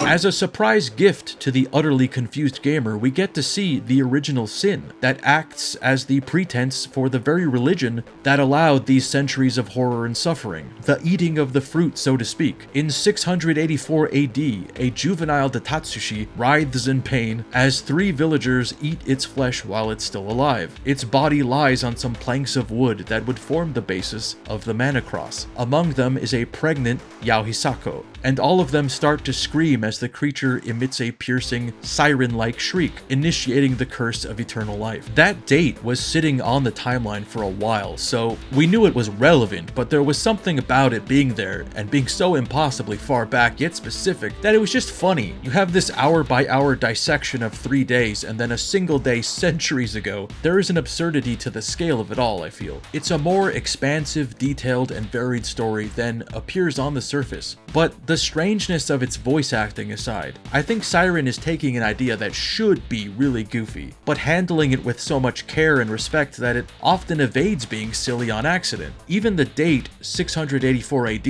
I don't think was chosen at random because it sounded old. This was the year of the Hakuho earthquake and ensuing tsunami that was of an unprecedented magnitude. Not that it would be difficult to find a year in which there was an earthquake in Japan. It was also the year of the oldest recorded sighting of Halley's Comet in Japan. The night of the ritual's failure, Takato and Yamoda were outside of the school hoping to see a comet that takes hundreds of years to loop. In the manga, the passing of this comet is used as a mile marker in time, in a story told out of order. It never loses sight of its characters and the importance of grounding them even in the face of a story playing out as a loop over several hundred years. There's a movie I watch at least once a year from the year 2000 called Versus. I've probably included an edit of a scene from it already, knowing me, but it is a very, very, very silly movie, both on purpose and accident. Read, fun. Think of the wild, improvisational, finding cool shit to do in the forest with your buddy's energy of Evil Dead, but with the plot of like a child bashing action figures together until they break. And it also concerns characters unstuck from time due to a cursed forest and repeating the same fight throughout time, from the Edo period all the way to a post-apocalyptic future where both of them have effectively forgotten which one was the good guy and which one was the bad, only that they are meant to participate in the ritual, to the befuddlement of its damsel in distress, also caught in this loop, who the protagonist often removes as a variable in fights by knocking unconscious. Until she catches on to his little game and says, The same kind of thing is happening in Siren, but it's more artful, meaningful. Then again, there are numerous qualities it lacks. It's a fine line though, and for as much as I love Slitterhead, that was a similar concept that ran right up to the line and then right past it, only to reveal that a future version of itself with an eye patch was already on the other side of the line. It then stares at its double and gives it a thumbs up. And then they kiss. Oh my fucking god. Oh fuck. Shit. I think it would be a challenge to craft an engaging narrative centering on 13 main characters, now have 10 of them be playable, each with their own personal pan pizza. Personal arc.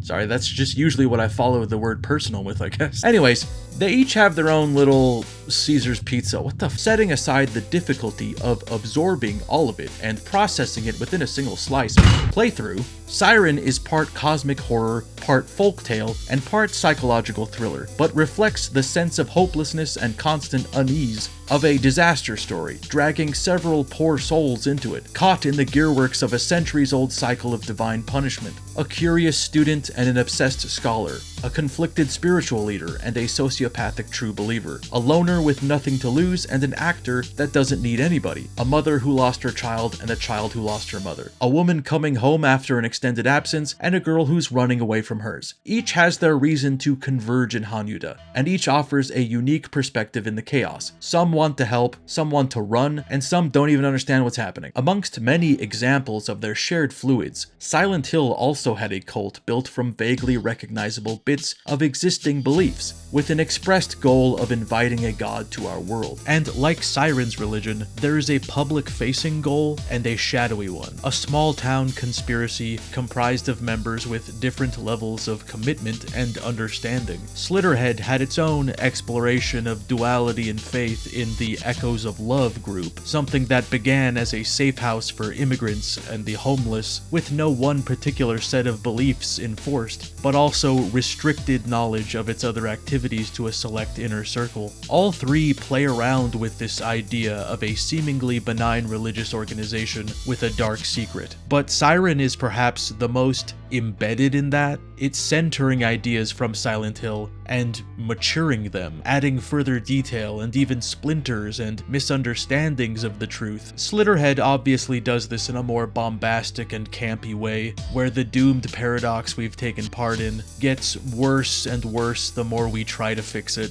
Similarly, the fallout of tampering with history is part of Siren, but it stays locked in on the story of survival, making it all the more surprising realizing how much information I felt like I was downloading. It says so much without ever really speaking like a complete fucking sentence about it, because it's all around you, it's omnipresent, as though you were dragged into its radius and are now inescapably a part of something horrible. There were at least 4 moments in revisiting this game that I thought, literally, how is Silent Hill, the legacy horror franchise that got to prop itself back up with reproduction limbs, ambulate once more like a spider mannequin, and Siren's just collecting dust? This story is so clever it pisses me off. Then I remember how much homework I had to do to understand even half of it, and that pisses me off some more. I came out the other end of Siren after 3 playthroughs, respecting the hell out of its disorienting puzzle box storyline, but would I have liked it as much without becoming involved and invested in figuring that out, behaving as though I were a character in the literal media I was consuming? I had to do laps around the game and look under it, over and around all sides, consulting a manual before I was able to think, oh yeah, that's actually genius. There is a chasm between playing Siren and appreciating Siren, and the bridge between both is out. And if you're not willing to get your socks wet or scale a fence, you'll wind up right in the middle, pissed off that you even tried. These days, with the ease of which one can amass a library of games you'll die before you complete, it's easier to find yourself at that edge and say, fuck this, I'm gonna play one of a million other things. So even on release, it was asking more of you than most games, and now it feels like double that, but as was designed. If you're not put off by that ask, if you're willing to make the climb, you will likely be rewarded, not with a scenic, life-changing view, but with like the sight of the decaying corpse of the last guy that hiked up here.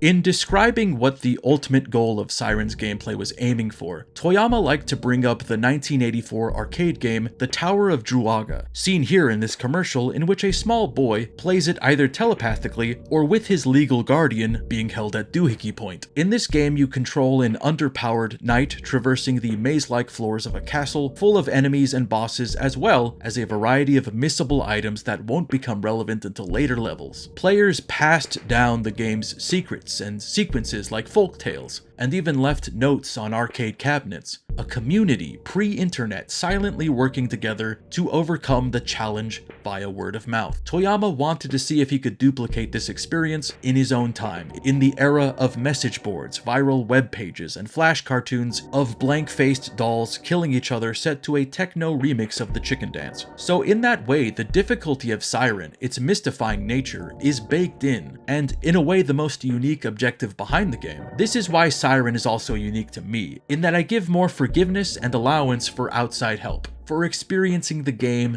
in a way that is acceptable and accessible to you. Not to imply I've ever really had a hang-up about such a thing. I actually never think about the way other people play video games. What business is that of mine? I'm not putting cameras in your home. Don't look at that. Quit fucking with that. The boundaries of a level are comparatively small to larger, dumber, smellier games, but there is this marvelous way they are built that allow for a presumed ideal path, an alternate path, and a wildcard path. And it's fascinating figuring out which is which, sometimes by trial and error. There is a lot set in place with the assumption that you'd be trying things out. I came to experience this, what I can only describe as an ascending scale of improvised tension, where I think I've escaped one scenario only to bumble into another. No, close the door! Fuck! Hopefully there's something in here that can help me. Well, I guess I can perhaps find a cool beverage before they figure out how that door works.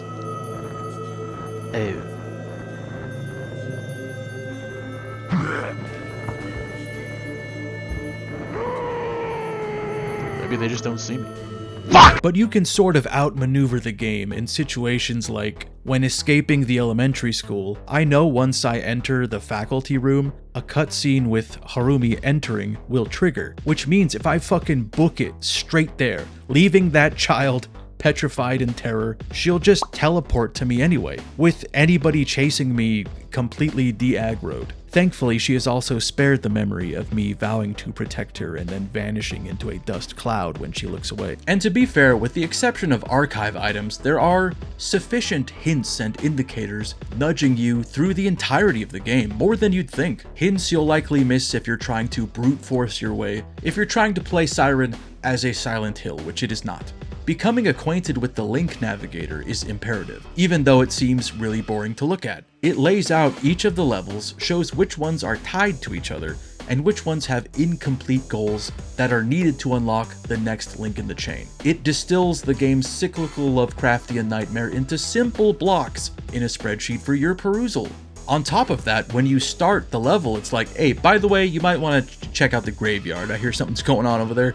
Or not, you're the one playing. It may seem strange in this world where physical copies of games include only a disc that oftentimes doesn't even include the game on it, standing as merely a totem of your wish to own the things you pay for. But Siren's manual is, if anything, overly helpful, describing every function of your enemies, every tactic at your disposal, and even has a section of day-by-day hints, worded vaguely like the insert that came with copies of Mulholland Drive. Let's see, on day 1 at 7:22, we get, "It will melt between the gap in the kitchen. Go to the front door before the pig cries," which sounds very much like some kind of erotic code to bypass censorship, but is actually in reference to maybe the best example of how Siren's puzzles work that I set up a long time ago and forgot to pay off. I mean the one I planned to pay off right now. I've heard these instances referred to as moon logic, but I feel like that is reductive to both their creativity as well as their distance from regular human thought. No, these are coming from somewhere close by yet still uncharted,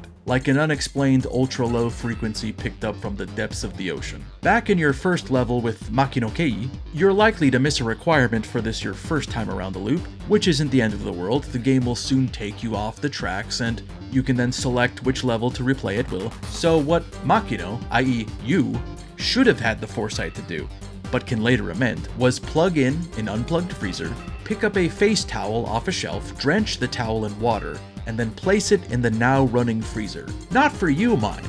He does this thinking someone, later, following in my footsteps, might be able to,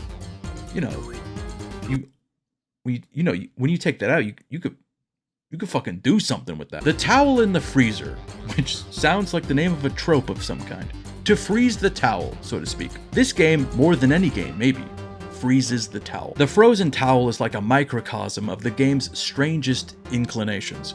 It's an oddly convoluted solution to a problem that the character in the story, nor any human that I can imagine, would ever dream of doing in a high-stress environment. Without even getting into what the next step is, to be creeping through a village full of armed psycho corpses and think, what will help, not even me, would be to wait for something to freeze. So the purpose of the towel is that there is a door near the freezer that has an armed Shibito on the other side of it, and you need something in there. So as a diversion, you take the frozen towel, place it between a gap in the kitchen's counter space, and place on top of it a piggy bank.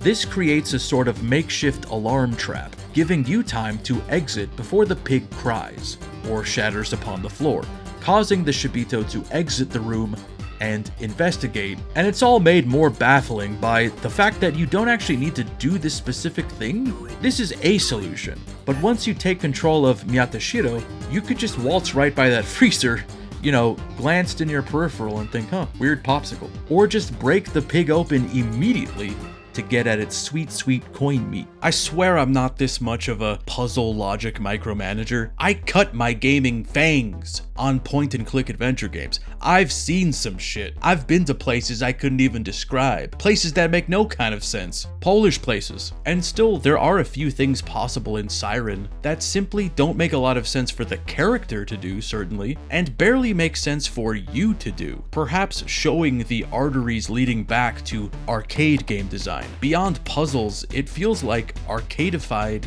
actions. I haven't stopped thinking about the fact that Mihama has to be let into the school by Takato unlocking an emergency exit, but that can only happen if Takato unlocked that door and then didn't go through it herself.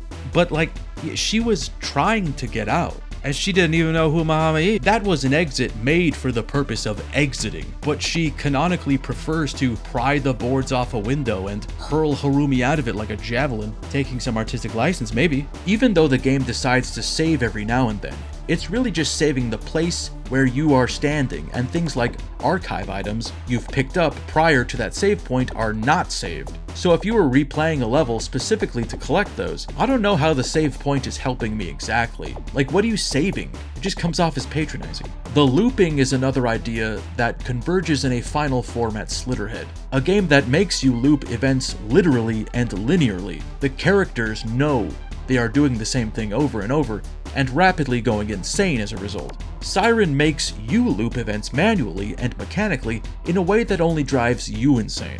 The majority of your time playing Siren will be spent sneaking around, running, or engaging in combat with Shibito. Appropriately, none of the characters are particularly skilled at doing any of these activities. They take forever to perform actions, run slow, miscalculate jumps, can't aim guns. Check this out. Drop down execute. And most infuriatingly, will sometimes just trip or slam into a wall while sprinting in the dark like Zach Bagans excitedly chasing down a sexy ghost. Whoa, dude. Requiring the most painful drop in momentum. Sometimes even just reaching the next house down the block unseen and unscathed is a victory in itself. I can't stress how much this little design quirk spiked my anxiety, anger, and depression all at once. Like, man, I just want to fucking get out of here. Please, man. Please!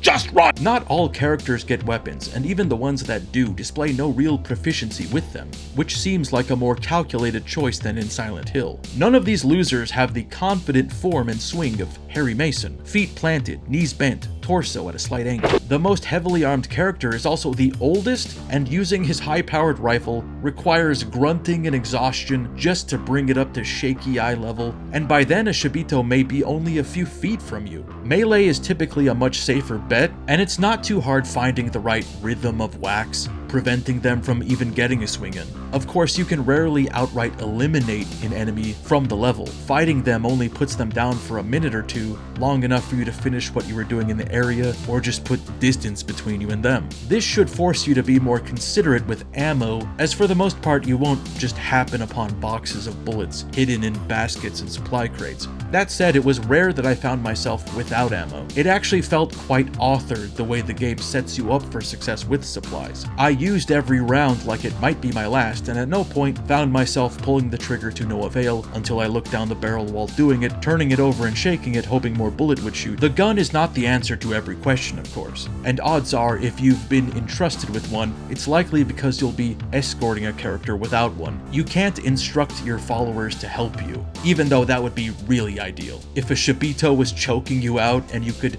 begin the agonizing game of charades required to get your buddy to hit the guy that's choking you, you'll need to protect them if they are being targeted, or lift them up ledges that are too tall, and the only instruction you can give them is to run or hide. Run away from the immediate danger, or hide as I put myself in said danger. Or stand in the way of gunfire while smugly telling me, shouldn't we get going? Well, looks like we can climb our way up here.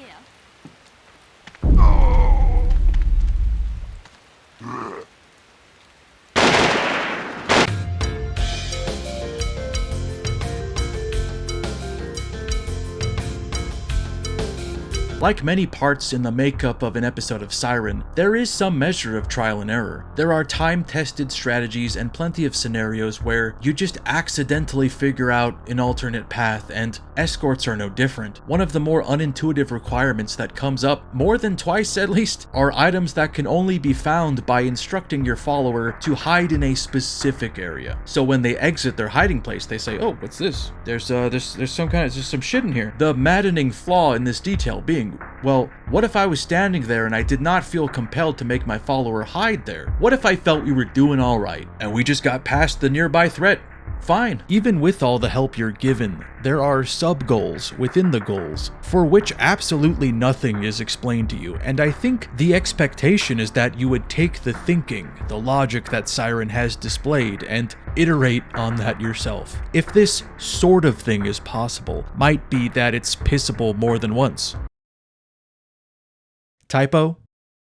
I'll let you decide. It has been said by some Far Cry villains that the definition of insanity is doing the same thing over and over expecting different results. But this whole game is doing the same shit over and over and sometimes getting different results. That same villain also said, "You got your finger on the pussy," which I just found to be a beautiful turn of phrase. You may have noticed there is no HUD or displays of any kind on screen as you're playing Siren. The stripped down, obstructionless screen, or complete nothingness as they called it, was important from the beginning according to the game's art director Takahashi Isao. Cluttering the screen with readouts and bars seemed antithetical to horror, and the goal was to show status information with realistic human cues instead of telling you. For similar reasons, your position on the map is not told to you. I mean, they give you so much information on the map, the least you could do is use it to figure out where you are. You want them to draw you a picture and write "you are here" as well? Back in my day, when I had nothing to do, no job, no school, no responsibility, when I was literally only on this earth to play video games, I found the time to consult a map every now and then. This makes it a sort of guessing game as to your condition should a Shibito hit you. There is obviously a hidden internal health bar, and some have even figured out how you can pull that data from the disc and assign numbers to getting clubbed or shot. But I think the most amusing part of that is that it's silently playing into the logic of the setting as well, because you're pretty much always being healed by the raining red water. You can withstand getting shot, maybe even twice, and though the process will be slow, if you just hide long enough, you will technically fully recover from it, adopting early the now common automatic health regeneration seen in many games to come, but having an in-world explanation beyond the annoyance of having to look for healing items, as well as serving the completely inverted purpose of making you worry about your health. Sure, I know it may be replenishing, but at what rate? And where does it stand now? Am I gonna be okay? Am I in the process of dying as we speak? I gotta think this for someone else now? Sight jacking was there from the beginning and proffered up as a sort of novelty selling point, an additional gimmick to sell Sony on differentiating it from Resident Evil and Silent Hill. It doesn't operate as only that, thankfully, and routinely justifies its presence, greatly affecting how you approach stealth, and is frequently required for basic problem solving. For the most part, it's used to track both enemy patrol patterns and whether or not they are facing your direction, which is notated by a blue cross, showing that you are there, but the jacked Shibito does not yet see you. As the game chugs along, new enemy types will appear that seem to be included, less so to offer you a substantially different combat or stealth challenge, but instead to give you a radically different POV to plug into, which does muddy your awareness when your eyes are skittering around the walls or erratically buzzing around overhead, taking you for a POV ride. Let me rephrase. Every now and then you'll be confronted with actually clever uses of sight jacking as a narrative and gameplay tool. Many levels require you to escort or protect a defenseless character, but any level where you're escorting Miyako, there is the added complication that she's blind and thus needs to navigate by sight jacking you. This means she often has to reorient where she is relative to you. So you have to stop climbing walls or beating off Shibito so she can jack you.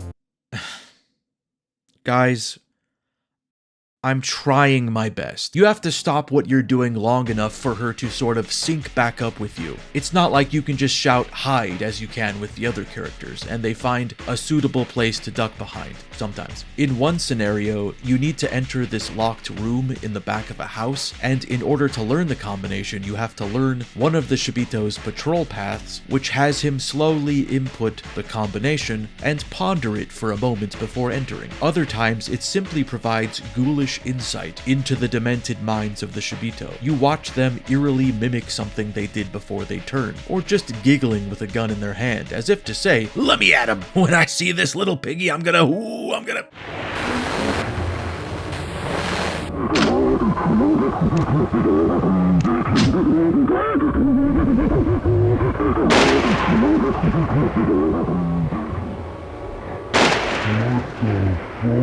At this point, I've just accepted that I'm going to lose my voice, so why not go all out? Enemy paths are sort of static and predictable, but can be changed in damaging ways. I recall a sequence with Risa in which two Shibito are circling a house you need to enter, heading opposite directions so they sort of meet around back and pass each other. I believe if you wait long enough, this is altered so one of them climbs up to a balcony, but they're for the most part just looping around the house for a while. And so in my window, I opened the door, entered the house, and then I needed to go turn on a breaker box before heading back inside. But by then, one of the Shibito had happened by the door, saw it was open when it wasn't before, and then added checking the inside of the house as part of its patrol, which was incredibly annoying. And honestly, I have no idea why it took me so long to accept that this was happening. I mistook their basic deductive reasoning for a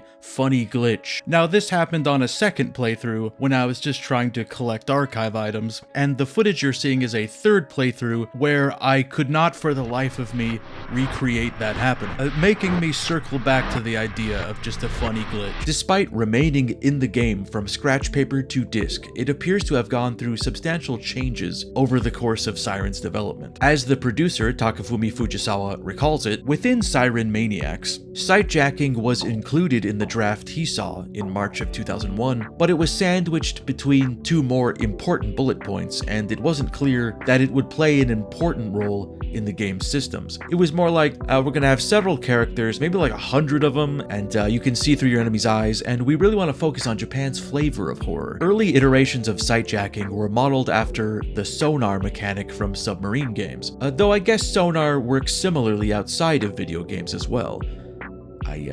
I wonder which came first. This proved to be too difficult. Testers found it was simply too easy for Shibito to find you if you ever saw yourself in their eyes. It's best practice that as soon as you're handed control of a character, you scan through the available channels using the analog stick like a little radio tuner. You can then assign 4 sets of eyes to each of the face buttons to jump back to them without having to scan again. If anything, what this change shows me is Toyama's appreciation for, or maybe just Sony's whispering for, utilizing console hardware in unconventional ways to increase interactivity with it, something he was encouraged to do more with the Gravity Rush franchise. And I made light of it in my funny little comedy sketch a minute ago, but according to that book, Toyama was exploring the idea of at least 100 playable characters that you could inhabit once, use like a sock puppet, and then cast aside like a used sock puppet, which sounds so overly ambitious that I laughed and said,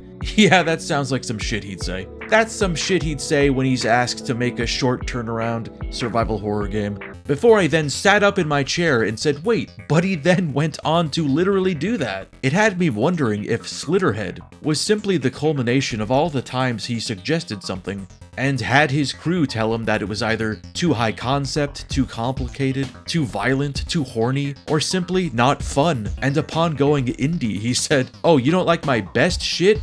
Watch this.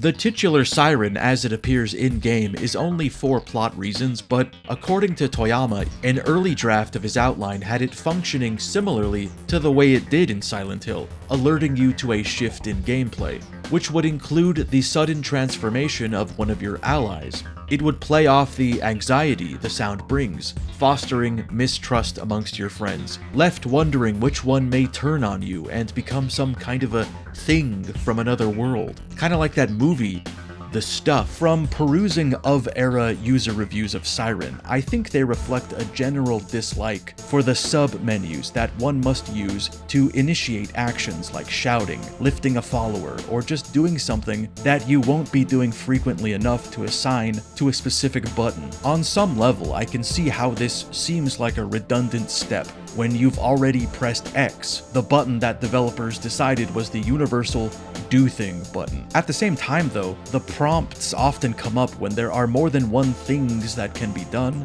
and maybe something you'd regret doing.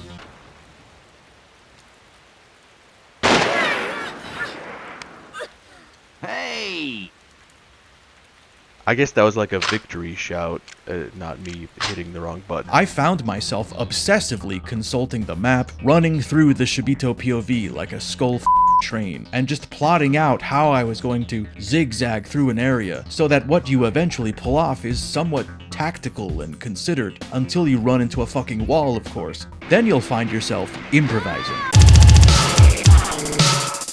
Atmosphere is key in Siren. We are never given some establishing scene of normalcy or idea that there is a recognizable safe world beyond the veil. In a way, from second one, we are through the looking glass of Hanuda, where during the day a dense fog and a haze of film grain chokes our vision, and at night, an oppressive darkness rolls in. Your flashlight brings some fleeting relief, a harsh, blown-out, found footage look at a village unstuck from time at the possible cost of your enemy's attention. You nervously flick it off, but it may be too late. In the distance, a maniacal, unnatural giggle erupts, and the sound of grass crunching underfoot grows nearer. Do you risk running further into the dark, stumbling into another one, or just a signpost jutting out of the ground? Maybe you attempt to protect yourself. You focus on the direction of the sound, your vision unscrambling the noise of this other alien viewpoint. Through the interference, it's clear he's out there, circling your temporary hiding place, occasionally examining details for changes, laughing every now and then as though we were playing a game, until you notice the revolver in his hands. Then you produce your own and say,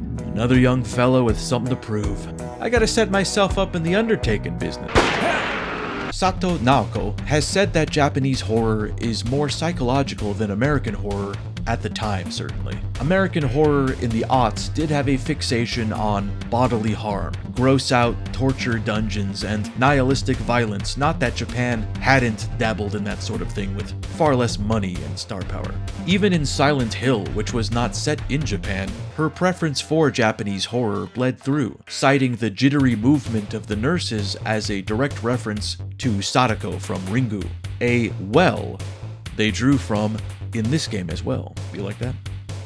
Well, like the one from the film The Ringu, obviously there is a veneer of found footage to Siren that is more stylistic than diegetic. It's simply an interesting way of portraying a supernatural ability to you. It's a language you know to be unnerving, in no small part thanks to the cursed tape in Ringu. This grainy, garbled, and creepy footage is the lens through which your enemies see you. I think it's quite legible how much more familiar and comfortable Project Siren was creating a work tied to their home, drawing from its design sense, its pop culture, and nostalgia. It's far more personal in that way. Instead of fussing over the placement of an American mailbox, or the width of an American crosswalk, the thing that I view impotently from what seems like miles away, before I then glance across the street, ultimately deciding that I feel lucky and very, very tired today. They could just go to any number of nearby ruins and, seemingly one-to-one, just recreate things they wanted to be in the video game. It's actually quite remarkable comparing their location scout footage to areas I was just running into walls inside of. That's not to say that outside influence didn't wriggle its way into the design document. Siren's Shibito were, according to Siren Maniacs, inspired mostly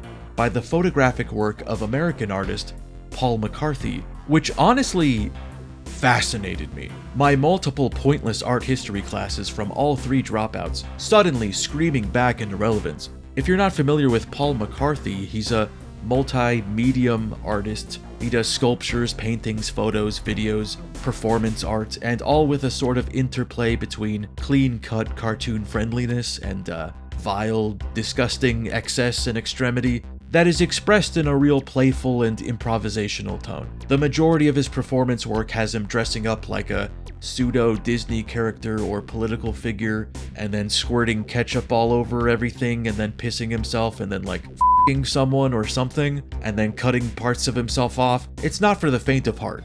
All that to say, the thread I can draw from McCarthy to Siren's Shibito is in his tendency to slather himself and others in layers of hair-matted oil and prosthetics with a now unsettling grin stretched across their face. There are many creations of his that I would not appreciate being chased by, that giant green inflatable being chief amongst them. Siren's violence and gore is for the most part suggestive, but effectively so. I had read this blurb about how, from the start, Fujisawa Takafumi wanted the Shibito deaths to be less gruesome than was originally planned. From the sound of it, they wanted these brutal takedown animations. but those did not align with the company's values or the producer's previous work on such subversive and adult titles as Parappa the Rappa and Vib Ribbon. This caused me to run back the content I had consumed and scan for hypocrisy. But really, aside from the constant presence of mysterious red fluid, there is very little violence outright shown to you, and often the worst of it will literally have a bloody sheet draped over it. No doubt the most memorable part of Siren's art direction is the decision to superimpose photo reference of the voice actors' likenesses onto the character models, giving a charming and uncanny illusion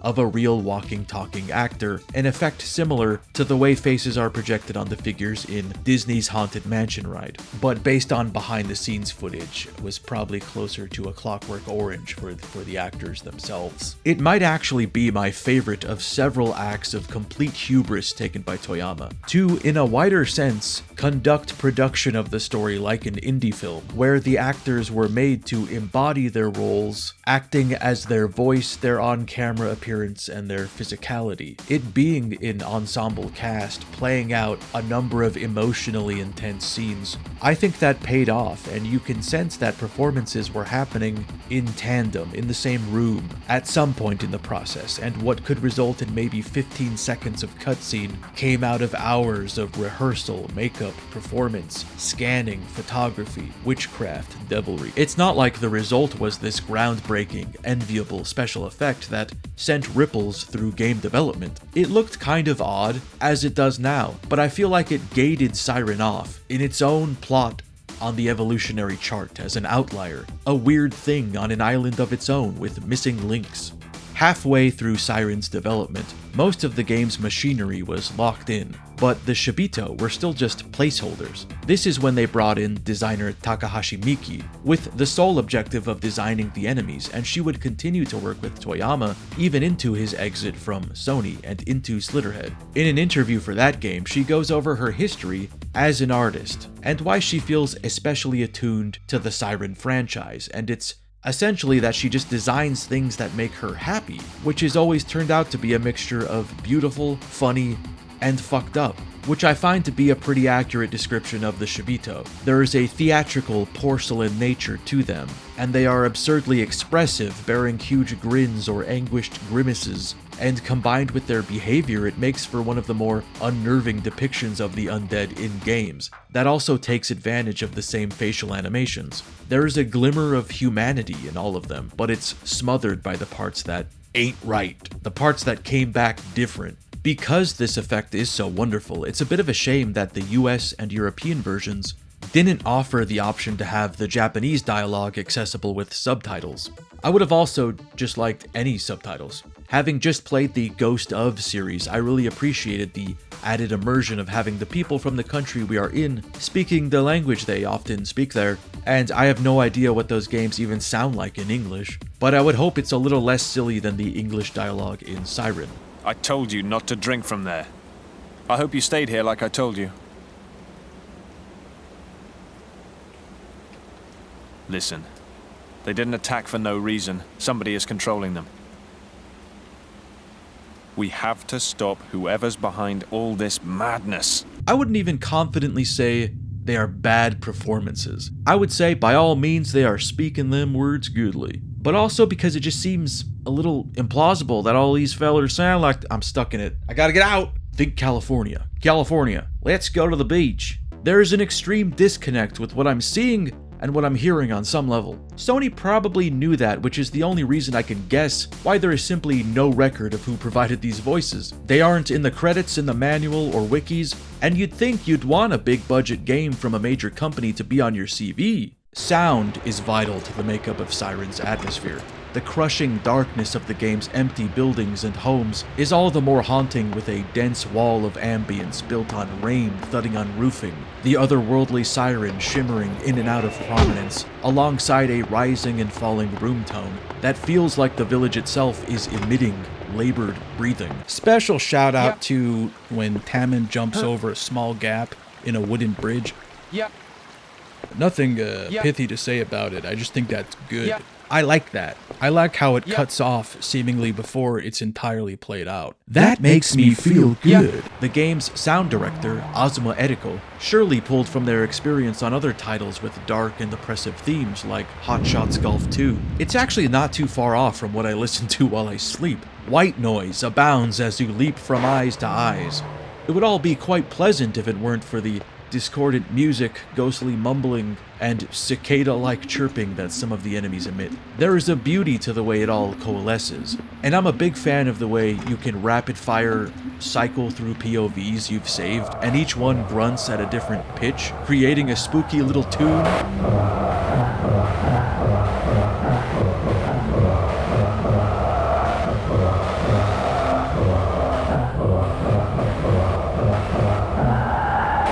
Azuma also appears as a fictional 70s-era pop star named Eri Azuma, also while being 8 months pregnant. They made an entire cutesy little pop song called A Paw on My Boyfriend's Hand, made just so you can lure a Shibito into a room and club him over the head, and even that leaves some vague, sinister implication that this pop star was killed in the chaos of that era's ritual. I may often center Toyama in my discussion of games he's had a hand in, but it is remarkable for the era, certainly, just how many women had prominent roles in Siren's development. I don't entirely know how, but I feel that. Perhaps there's something in its uncommonly varied and distinct cast of women characters that are allowed to be brave and strong, as well as weak and cowardly, considerate and protective, or selfish and cruel. Or maybe it's that they made a game with perhaps the most potentially voyeuristic game mechanic I can think of, and didn't do anything weird with it. I've always appreciated the overt influence of David Lynch on Silent Hill, and it was undoubtedly the draw for me in the first 4 entries of that franchise. So when Toyama let go of the American mountain town and decided to set Siren firmly in rural Japan, the influence didn't leave, but the reference points are deeper Lynch head pulls. The sound of the siren itself, though tied to personal experience, was brought in as a transition marker from its frequent use in Lynch's less talked about concert film Industrial Symphony No. 1, Dream of the Brokenhearted. As soon as I read that, I pointed at a picture of Toyama on screen and then back at me alternatively, silently suggesting I knew I was a Toyama for lifer for a reason. Click. Siren's soundtrack is, for the most part, very, very good, and is fittingly layered with unconventional percussive elements and strangely manipulated field recordings.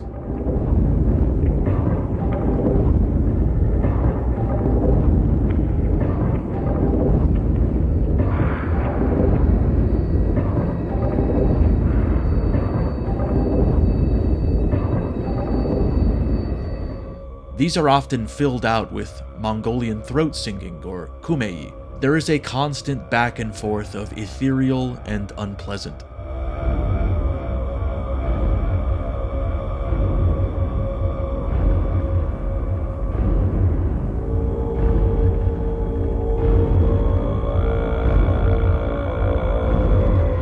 Some tracks have what I can only guess to be the sound of the literal handling of a microphone, but pitched down and stretched out, and it's weird. It feels like I'm not supposed to be hearing it, but I am, and I kinda like that. The only gripes I have with the soundtrack is the occasional overuse of stock horror stings. Even if they are lightly manipulated, there really isn't much you can do to hide what has definitively become the Hell's Kitchen horror sting.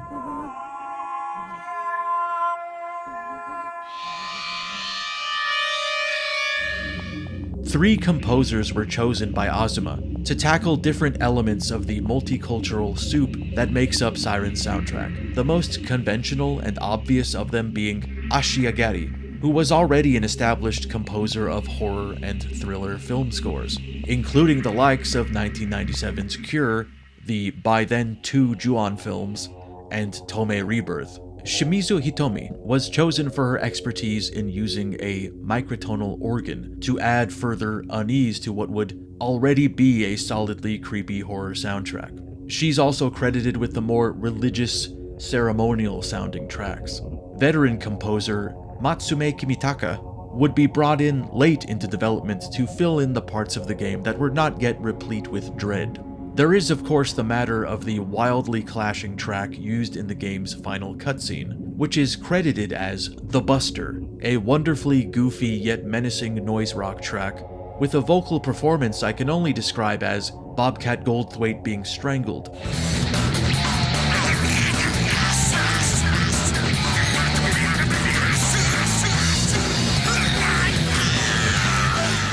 This was apparently composed and performed by Asakura Noriyuki, as well as other musicians who all worked on the Tenchu series. There is a confidence in the song's weirdness that had me convinced surely this is an established band.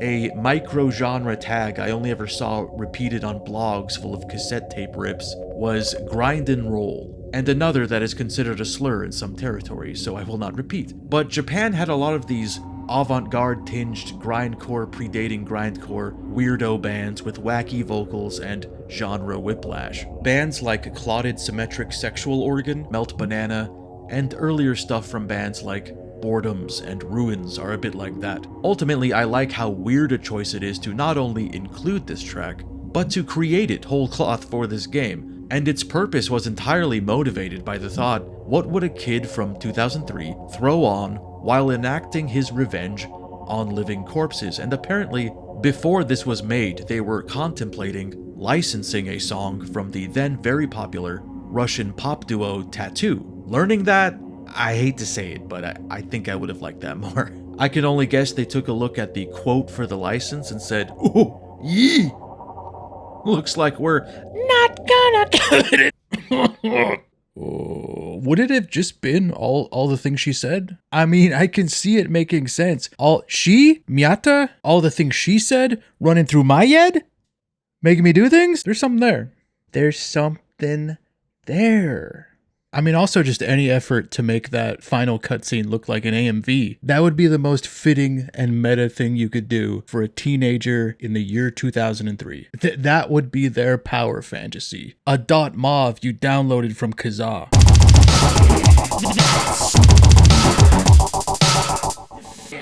I come out the other end of Siren with a renewed wonder at how it came to be, the confounding spiderweb of context that allowed this to be created with what seems like zero interference. Well, aside from one guy saying, hey, maybe we just kill things by hitting them with a lead pipe. We don't have to have a glory kill animation for everyone. Its plot is a meeting of sci-fi, horror, and myth that is ambitiously complicated, deceptively smart, and deeply considered.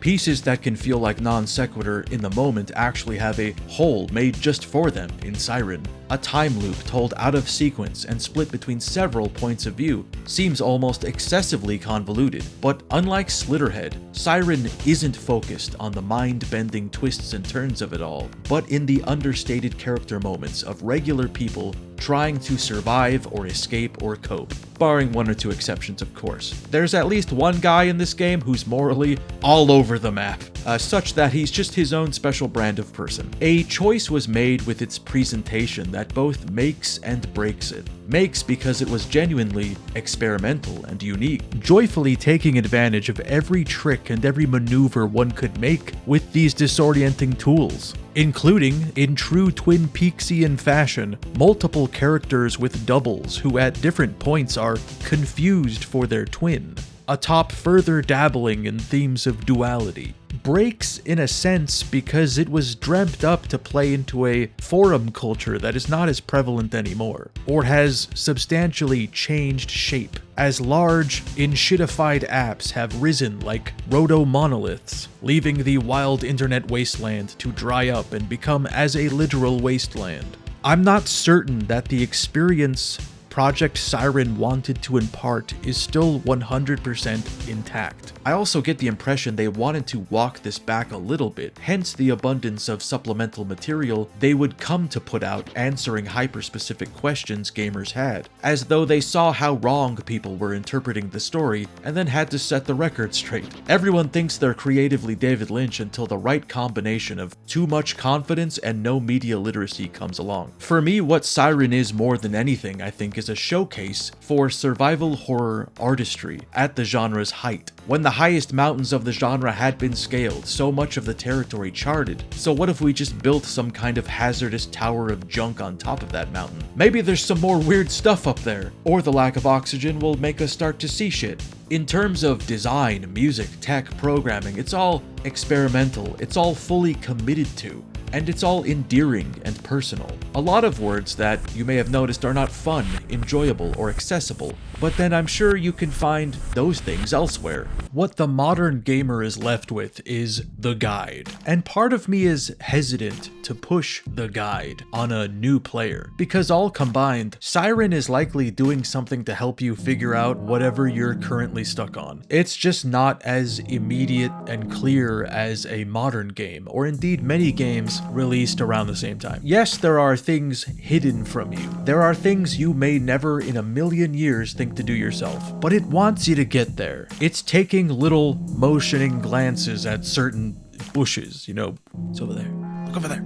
Look over. I mentioned playing Ghost of Yote, which is a game I had a great time with in a very conventional, safe, and monogamous way. There was zero confusion about what was going on, and that's, you know, a valid experience, a widely enjoyed way to game. That's a place a lot of people stay.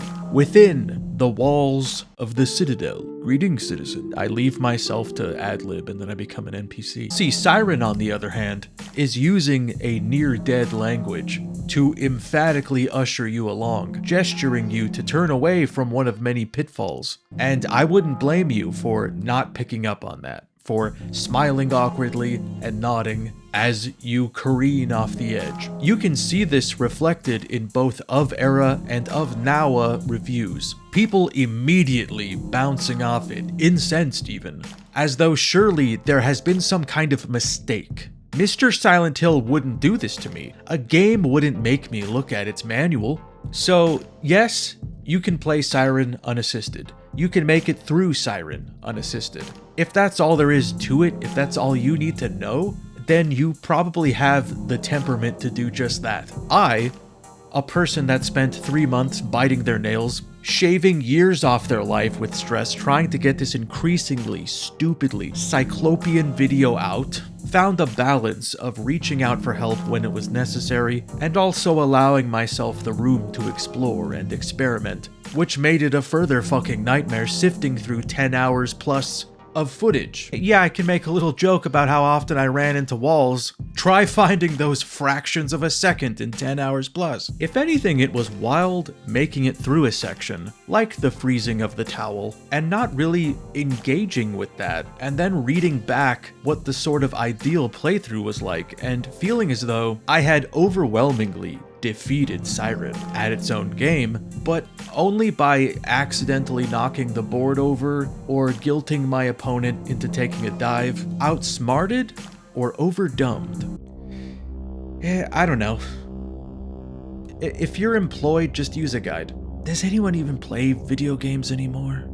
It's all just one big game, ain't it? And everyone's playing with a controller that ain't even plugged in.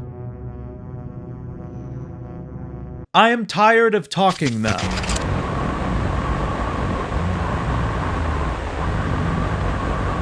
Oh, that's not good. Whoever this guy I'm jacking is, seems to have a weapon. You think we can take a second pass on the name for this power you've developed? I mean, it's just the most direct way to describe exactly what I'm doing. Well, it's just that I'm not the one seeing it, so I just feel a little bit in the dark about it. I mean, it's not that complicated. Guy has a sight, and I'm jacking it. Right. Oh, no fucking way. What? It's a laugh bag. Whoa. He's picking it up. What are the odds? How's it going over? It's killing. He loves it.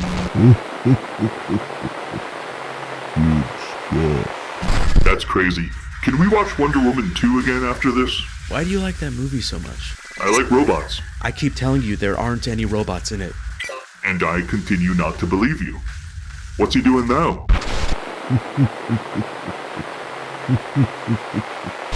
It seems like he's laughing at his hammer. Oh. Is it a funny hammer? Like a comedically sized mallet? If it was that, I'd laugh! Not particularly. But You know, it's an absurd situation. Wait.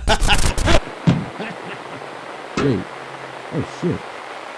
I think I can hear myself. That is the end of the video. Thank you for watching that. I can feel my body falling apart due to lack of nutrient, so I'll keep the closing remarks brief. Thank you very much for watching the video. If you liked the video, engage with it in whatever manner you deem appropriate. You may deem it appropriate to join my Patreon, where, for as little as $1 American, you will gain access to hours of supplemental content, including one I will begin work on right as soon as this is done. If all goes as planned, which nothing concerning this video has, then as of its posting, I will have restocked this shirt at gothgamernation.com, the only place for official merch. You're gonna want this shirt.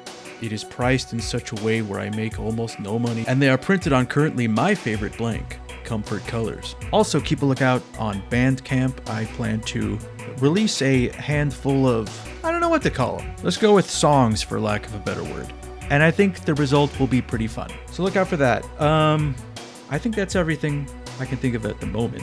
Patreon video next, and then just a little something weird that I'm cooking up. I did not have time to do a Next Fest video. Obviously, it's not there. Next time, baby. All right, let's get the fuck out of here.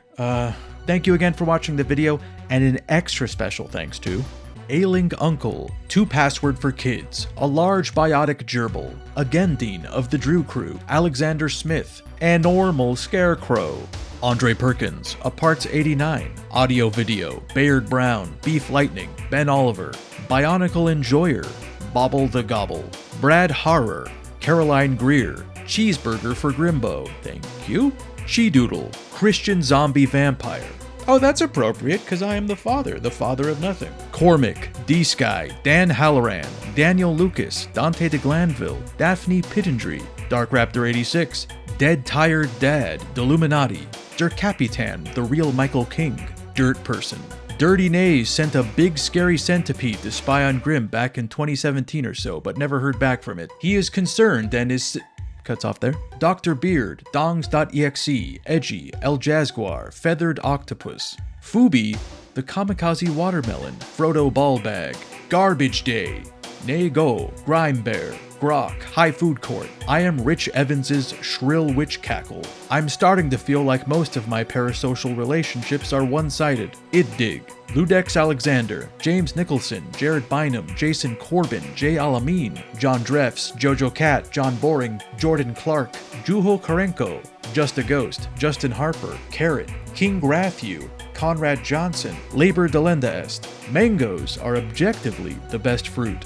Mixwell, Michael Schmidt, Morgan Dorian Trius, Nick Bellinger, Pazuzu, Puke Skywalker, formerly 410,757,864,530 gay cops, Sable Dre, Psycho Gekido, Samuel Vanderplatz, Scandy Trash, some kind of phonetic spelling, That Iru Guy Loves You, That Uninformed Guy, The Bloke, Two Stan, Valerie, Venom333, Worm, Zach Bishop, Zeus Quinn. After much consideration and some credit card fraud, I've realized Piss Missile is a bit crass cum cannons where it's at. Yo!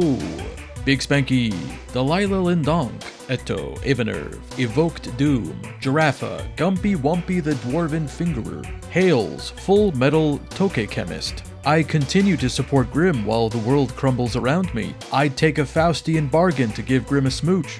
J. Jean-Baptiste Emmanuel Zorg, Jeremy Silver, J. Hamilton X, Johnny Sachs, Jun Choi, Jaya Timkoa rolls for initiative, Catherine Graven, Cobalt, Mr. Alpacleton, Oh Hi Grim, Pants O'Hara, Smokey Jefferson, Stumpovich, Swood Operator, That Fuck-Ass Deer from Adventure Time, Tuggy, What's in a Name, A Hanging Chad, Aaron Kwolek, Ale Humano, Aranai Sayas, Binary Vision, Brady the Sanity Tax Collector, Chimichanga Jones, Kodamite, Daniel Moen Larson, Dano the Mano, David Offer, DeForzi, Dicey, Dreadlord Alex, Fiona Summers, Fix My Brain, Gareth Farrow, Grounded Valkyrie, Happy Icebergs, Have a Wonderful Day, Hide the Cryptids, James Snipes, Jared Carlson, Jason Chandler, Jetsun Jempel Nawang Lapsang Yeshe Tenzin Gatso, J-Man DX, Liam O, Lugubrious Moron, Mad Mon 1998, Mod Sword, Name Requires DLC, Neb, Ophelia Fishwife, Orphan Smith, P. Dizzle, Persian Air, Pickblick, Resident Aikman, Robert Brandon, Roscoe Bosco, Rowdy Roddy Peeper, Ruibisomem, Scrumptious Scummy, Slideshow Dreams, Sugarboo, Take My Money and I'll come up with something funny later, Technica, Test Case, The Angry Pebble, Tebow, Tuski, Umbra, Vilmar Valthorsen, 1/4 Dead, 12 Trans Rats in a Trench Coat, 77 Elvis the King, a big gay rat, a small red dog, a squatting necromancer hanging at the local crypt, a shireling, Alan Wake Me Up Inside, Alistair Stewart, Alistair Grout, All Beer No Breaks, Anastasia Geff, Andrew Light, Andrew Lubrano, Andy P, Auntie, Arden Hughes, Astro Shepherd, Auspicious Whiskers Loves His Boyfriend, Baldvin Karl Magnusson, Bolton, Bames Jolie, Bogler, Beardville, Ben and Kara Dowling, Ben Mahler, Benjamin Judah Phelps, Bibi F. in Bloxburg, Big Honk, Big Y Dog, Bishy 93, Biddles 999999999999999999999 Bivdub, Bjorn, the Split-Tongue Swede, Black-Robed Mage, Bob Dole, Bogdan Atanasoye, Bogwitch Bunny, Bong Iver, Boston Dynamics Cock and Balls Torture Division Project Proposal, Robot that hits player in the balls every time they left-click, Bostradamus, Brandon Winkleman, Breeze McMothman, Brick, Brown Pants Gaming, Bumble Rick, Burps Wimbledon, Butter My Biscuits and Rotisserie the Rich, Caleb Zane Kelly, Cameron Doherty, Cameron Spoon, Cassandra M, Case, Cerberus Arms, Cerebral Policy, Chase, Cheese Witch, Chernobyl Kinsman, Chicago's Famous Rat Hole, Chris Miner, Crisps 989, Christopher Lawrence, Classed, Clayton Joe Freund, Cliff Racers, Colby, Cole Bramlett, Colton Casserly, Colonel Custard, Concatenation, Count Zero Interrupt, Captain Jax, Crispy J, Cryptid Spouse, Pumpkin Spice, Cyborg Number Blue, Dak Janiels, Damian H, Damn Good Coffee, and Hot, Dapney, Dark Zaramar, Darth Couch, David Fromke, Dazed Clockwork, Deadbleat, Deadpan Drew, Denny J.A., Destriga, Devin McCullough, Divana Upperock, Disco Pickle, Do the Manta Ray, Dog Vomit Slime Mold, Dom,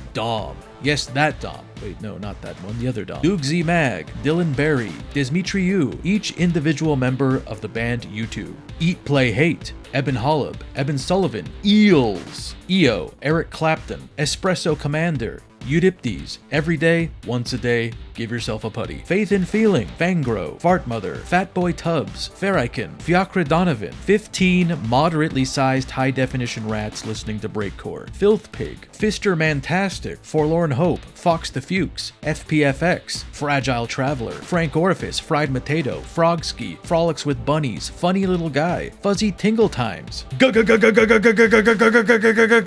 Gamer, Gamblor, Game is Good, Gloomerous, Goaty Galaxy, Goblin Princette, Goop, Homunculus, I like that, Grenth, Grim Creeper, Gurneal, Whenever, Haley Bobella, Harvey Bodega, Have a Look Outside, it's beautiful.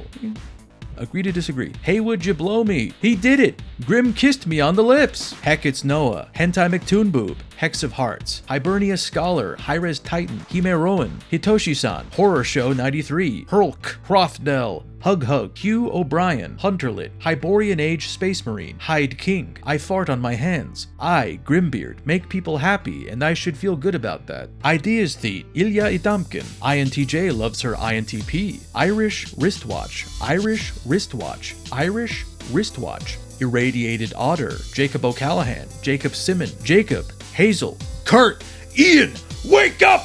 Jake Raynor, Jamal Cooks, Jeff Ladd, Jeremy Langell, Jesse James, Jim Flandango, Jogoth Ur, Joey Jojo Jr. Shabadoo, John Final Fantasy XIV, John Tomorrow, Joseph Cap, Jewel of Housecat, Just Give Me a Name, Justin Darnell, Kadokin, Kai Palladini, Captain Ketchup, Karagera, Karen Rosenau, Carpad, Keep Up the Good Work, Kieran Walker, Kelly O'Neill, Kevin Handley, Key Lime Pie, Kid Charlemagne, the FCC Can't Catch Me, Kind Raccoon, Kingyo Ningyo, Konstantinopolitans, Zikowianeczka obserwuje 14 częściów. Y 4częściowiec. 14 części. Kozoku. And you know, everybody probably wants me to get videos out faster, but then you make me read Polish, so Don't come crying to me. Chris Odie, Crust Easy, Kyle Ragsdale, League of Struggle, Lee, Leland Miliokis, Leopold Gloom, Legendary Dragon, Lone Gunman, Luke James, Luke Reynolds, Lurking Presence, Lydecker, M, Magic Meows, Mainly May, Mamudu Ikaro, Mandalore Gaming, Mango Roxas, Mark Graham, Marquois, Mason Trapp, Medic 273, Micah J. Best, Michael Anderson, Michael Cantor, Michael Yates, Miles Phillips, Mind Goblin, D, Cosplayer at SawCon, Nuts. Mr. Blank Canvas, Monster Train, More Sharks, Mortified Victim, Mortis on Fire, Mother Destruction, Mr. Ducky Quack, Mr. Mighty McMonkey, Mucus Baptism. My name is Martin, and I cherish my wife every day. Mystical Lint, No Stars. Nathan, Necot the Brave, Next 42, Nick Timmons, 9-Inch Nikos, Noel C137, Noise Tango 1, NSW3, Noel Rom, Old Store, Ordered 2 GGNPC, Got 4, Take My Money, Oliver Frost, Opichi Kostra, Parapug's #1 fan, Parapug Fan Club member, Pathetically Hopeful, Paul Fierce, Petrashek, Philip Coffee, Picture, Present President, Pleasant Peasant, Pheasant Plucker, Princess Tiny Feet's Corn Niblets, Prophet, Radia, Ratin X, Ratula Jones, pronounced like a Rat Dracula, Red Chowder, Replicant, Richter Strauss, Ridley, Robo Narples, Ronak the Axe, Rose, Rotanus Kong, Ruby Marufo, Rude Gentleman, Rusty Spork, Ruth Strange, Sam, Sarah is in her Bloodman era, Sathington, Savvy Pave, Saxy Man Blue Balls, Scofflaw, Sebastian, Shadanon, Shade, She Needs You More Than She Loves You, Shrimp Lord, Shrimpy Nobashi, Sybil Arnett, Silatixo, Slugs and Cats, Snitz Boy, Solar, Somewhat Spooky, Spooky Schaefer, Spoopy Ghost, Startide, Stay Soft, Suzuya Rose, Zlamka Bentz, Taro Lati, Team R, T Stony, Teeny Dragator, thank you for making great things, That One Skaven Under Your Bed, the Ayatollah of Rock and Rolla, the Clay Pigeon, the lovely Dr. Dick Punch, the Pigeon Hiding in Your Walls, the Plath, the Sea Peoples, the Hairiest Hair, the Ninja Warrior, the Sky Doctor, the Supervisor, Thick Vormom, Thingamajiggy, Tired, Toaster Child, Tom, Tori, Trenton Wilkins, Trevelyan, Tyler Collins, Umbrican, Unknown Function. Upon reflection, I can see that this is mostly my fault. Vince Van Diesel, Vincent Cronin, Violet, Voden Odwindauer, Wahe Shet, Where Am I? Help, Whole Cloud, Ya Boy Raz, aka Booty, aka Mr. BB Cheeks. Ya boy Mike, Zanga PF, Zen, Zombo Rombo, Zugo Googie Gingle Gaga Gunga, Zoop de Whoop, Zuli, the Little Blue Kobold, and Put a Little Dirt Under My Pillow for the Dirt Man, for being a patron, and the rest. Gamers, I appreciate you remaining subscribed. After this, I don't know how long it was, like 2 years or something, my position in time has become inscrutable. I would just like to assure you that I have no intention of being a disappear for several months and then come back with really long video kind of guy. This has entirely been a confluence of circumstances, some of it my fault, some of it not. I got sick twice, and then I've been trying to wait for my voice to return to normal, and it's not really happening, so there's probably a few places where it's like, hey, why does it suddenly sound like a different guy? Well, that's why. I said everything as one guy, and then I had like several pages of things I wanted to fix, but I had to fix them as a different guy. And on top of that, you know, maybe I was a little overconfident coming into Siren, trying to present the plot in the way that I usually do, which is like sewing opinion through summary, proved to be a massive challenge when there is a lack of sequence or clarity on so many fronts. For me, entering the content mine, there were way more signposts going every which way. It was like Alice in Wonderland, and I admit, I got lost. I got lost a couple times, which only further proves why I shouldn't be left to cook this long. You're not getting content, I'm not getting to post. Who's winning? So yeah, I have every intention of not making this a regular thing. I got to a very dark place, a very existential place. The further out I swam from posting, the dopamine of hitting post, you know, like an island getting smaller and smaller in the distance. So I know this was a poll choice, but, and I put it on the poll. I figured this was a thing I could do, but maybe I need to reassess what I can do. in a reasonable amount of time. In the moment, it was hard to remind myself of this, but at the end of the day, this is a video where I am talking to a robot dog. So it's just a show, so I should really just relax. MST3K, the Rift Tracks experiment's coming soon. Thanks again for watching. Sorry. See you sooner than last time.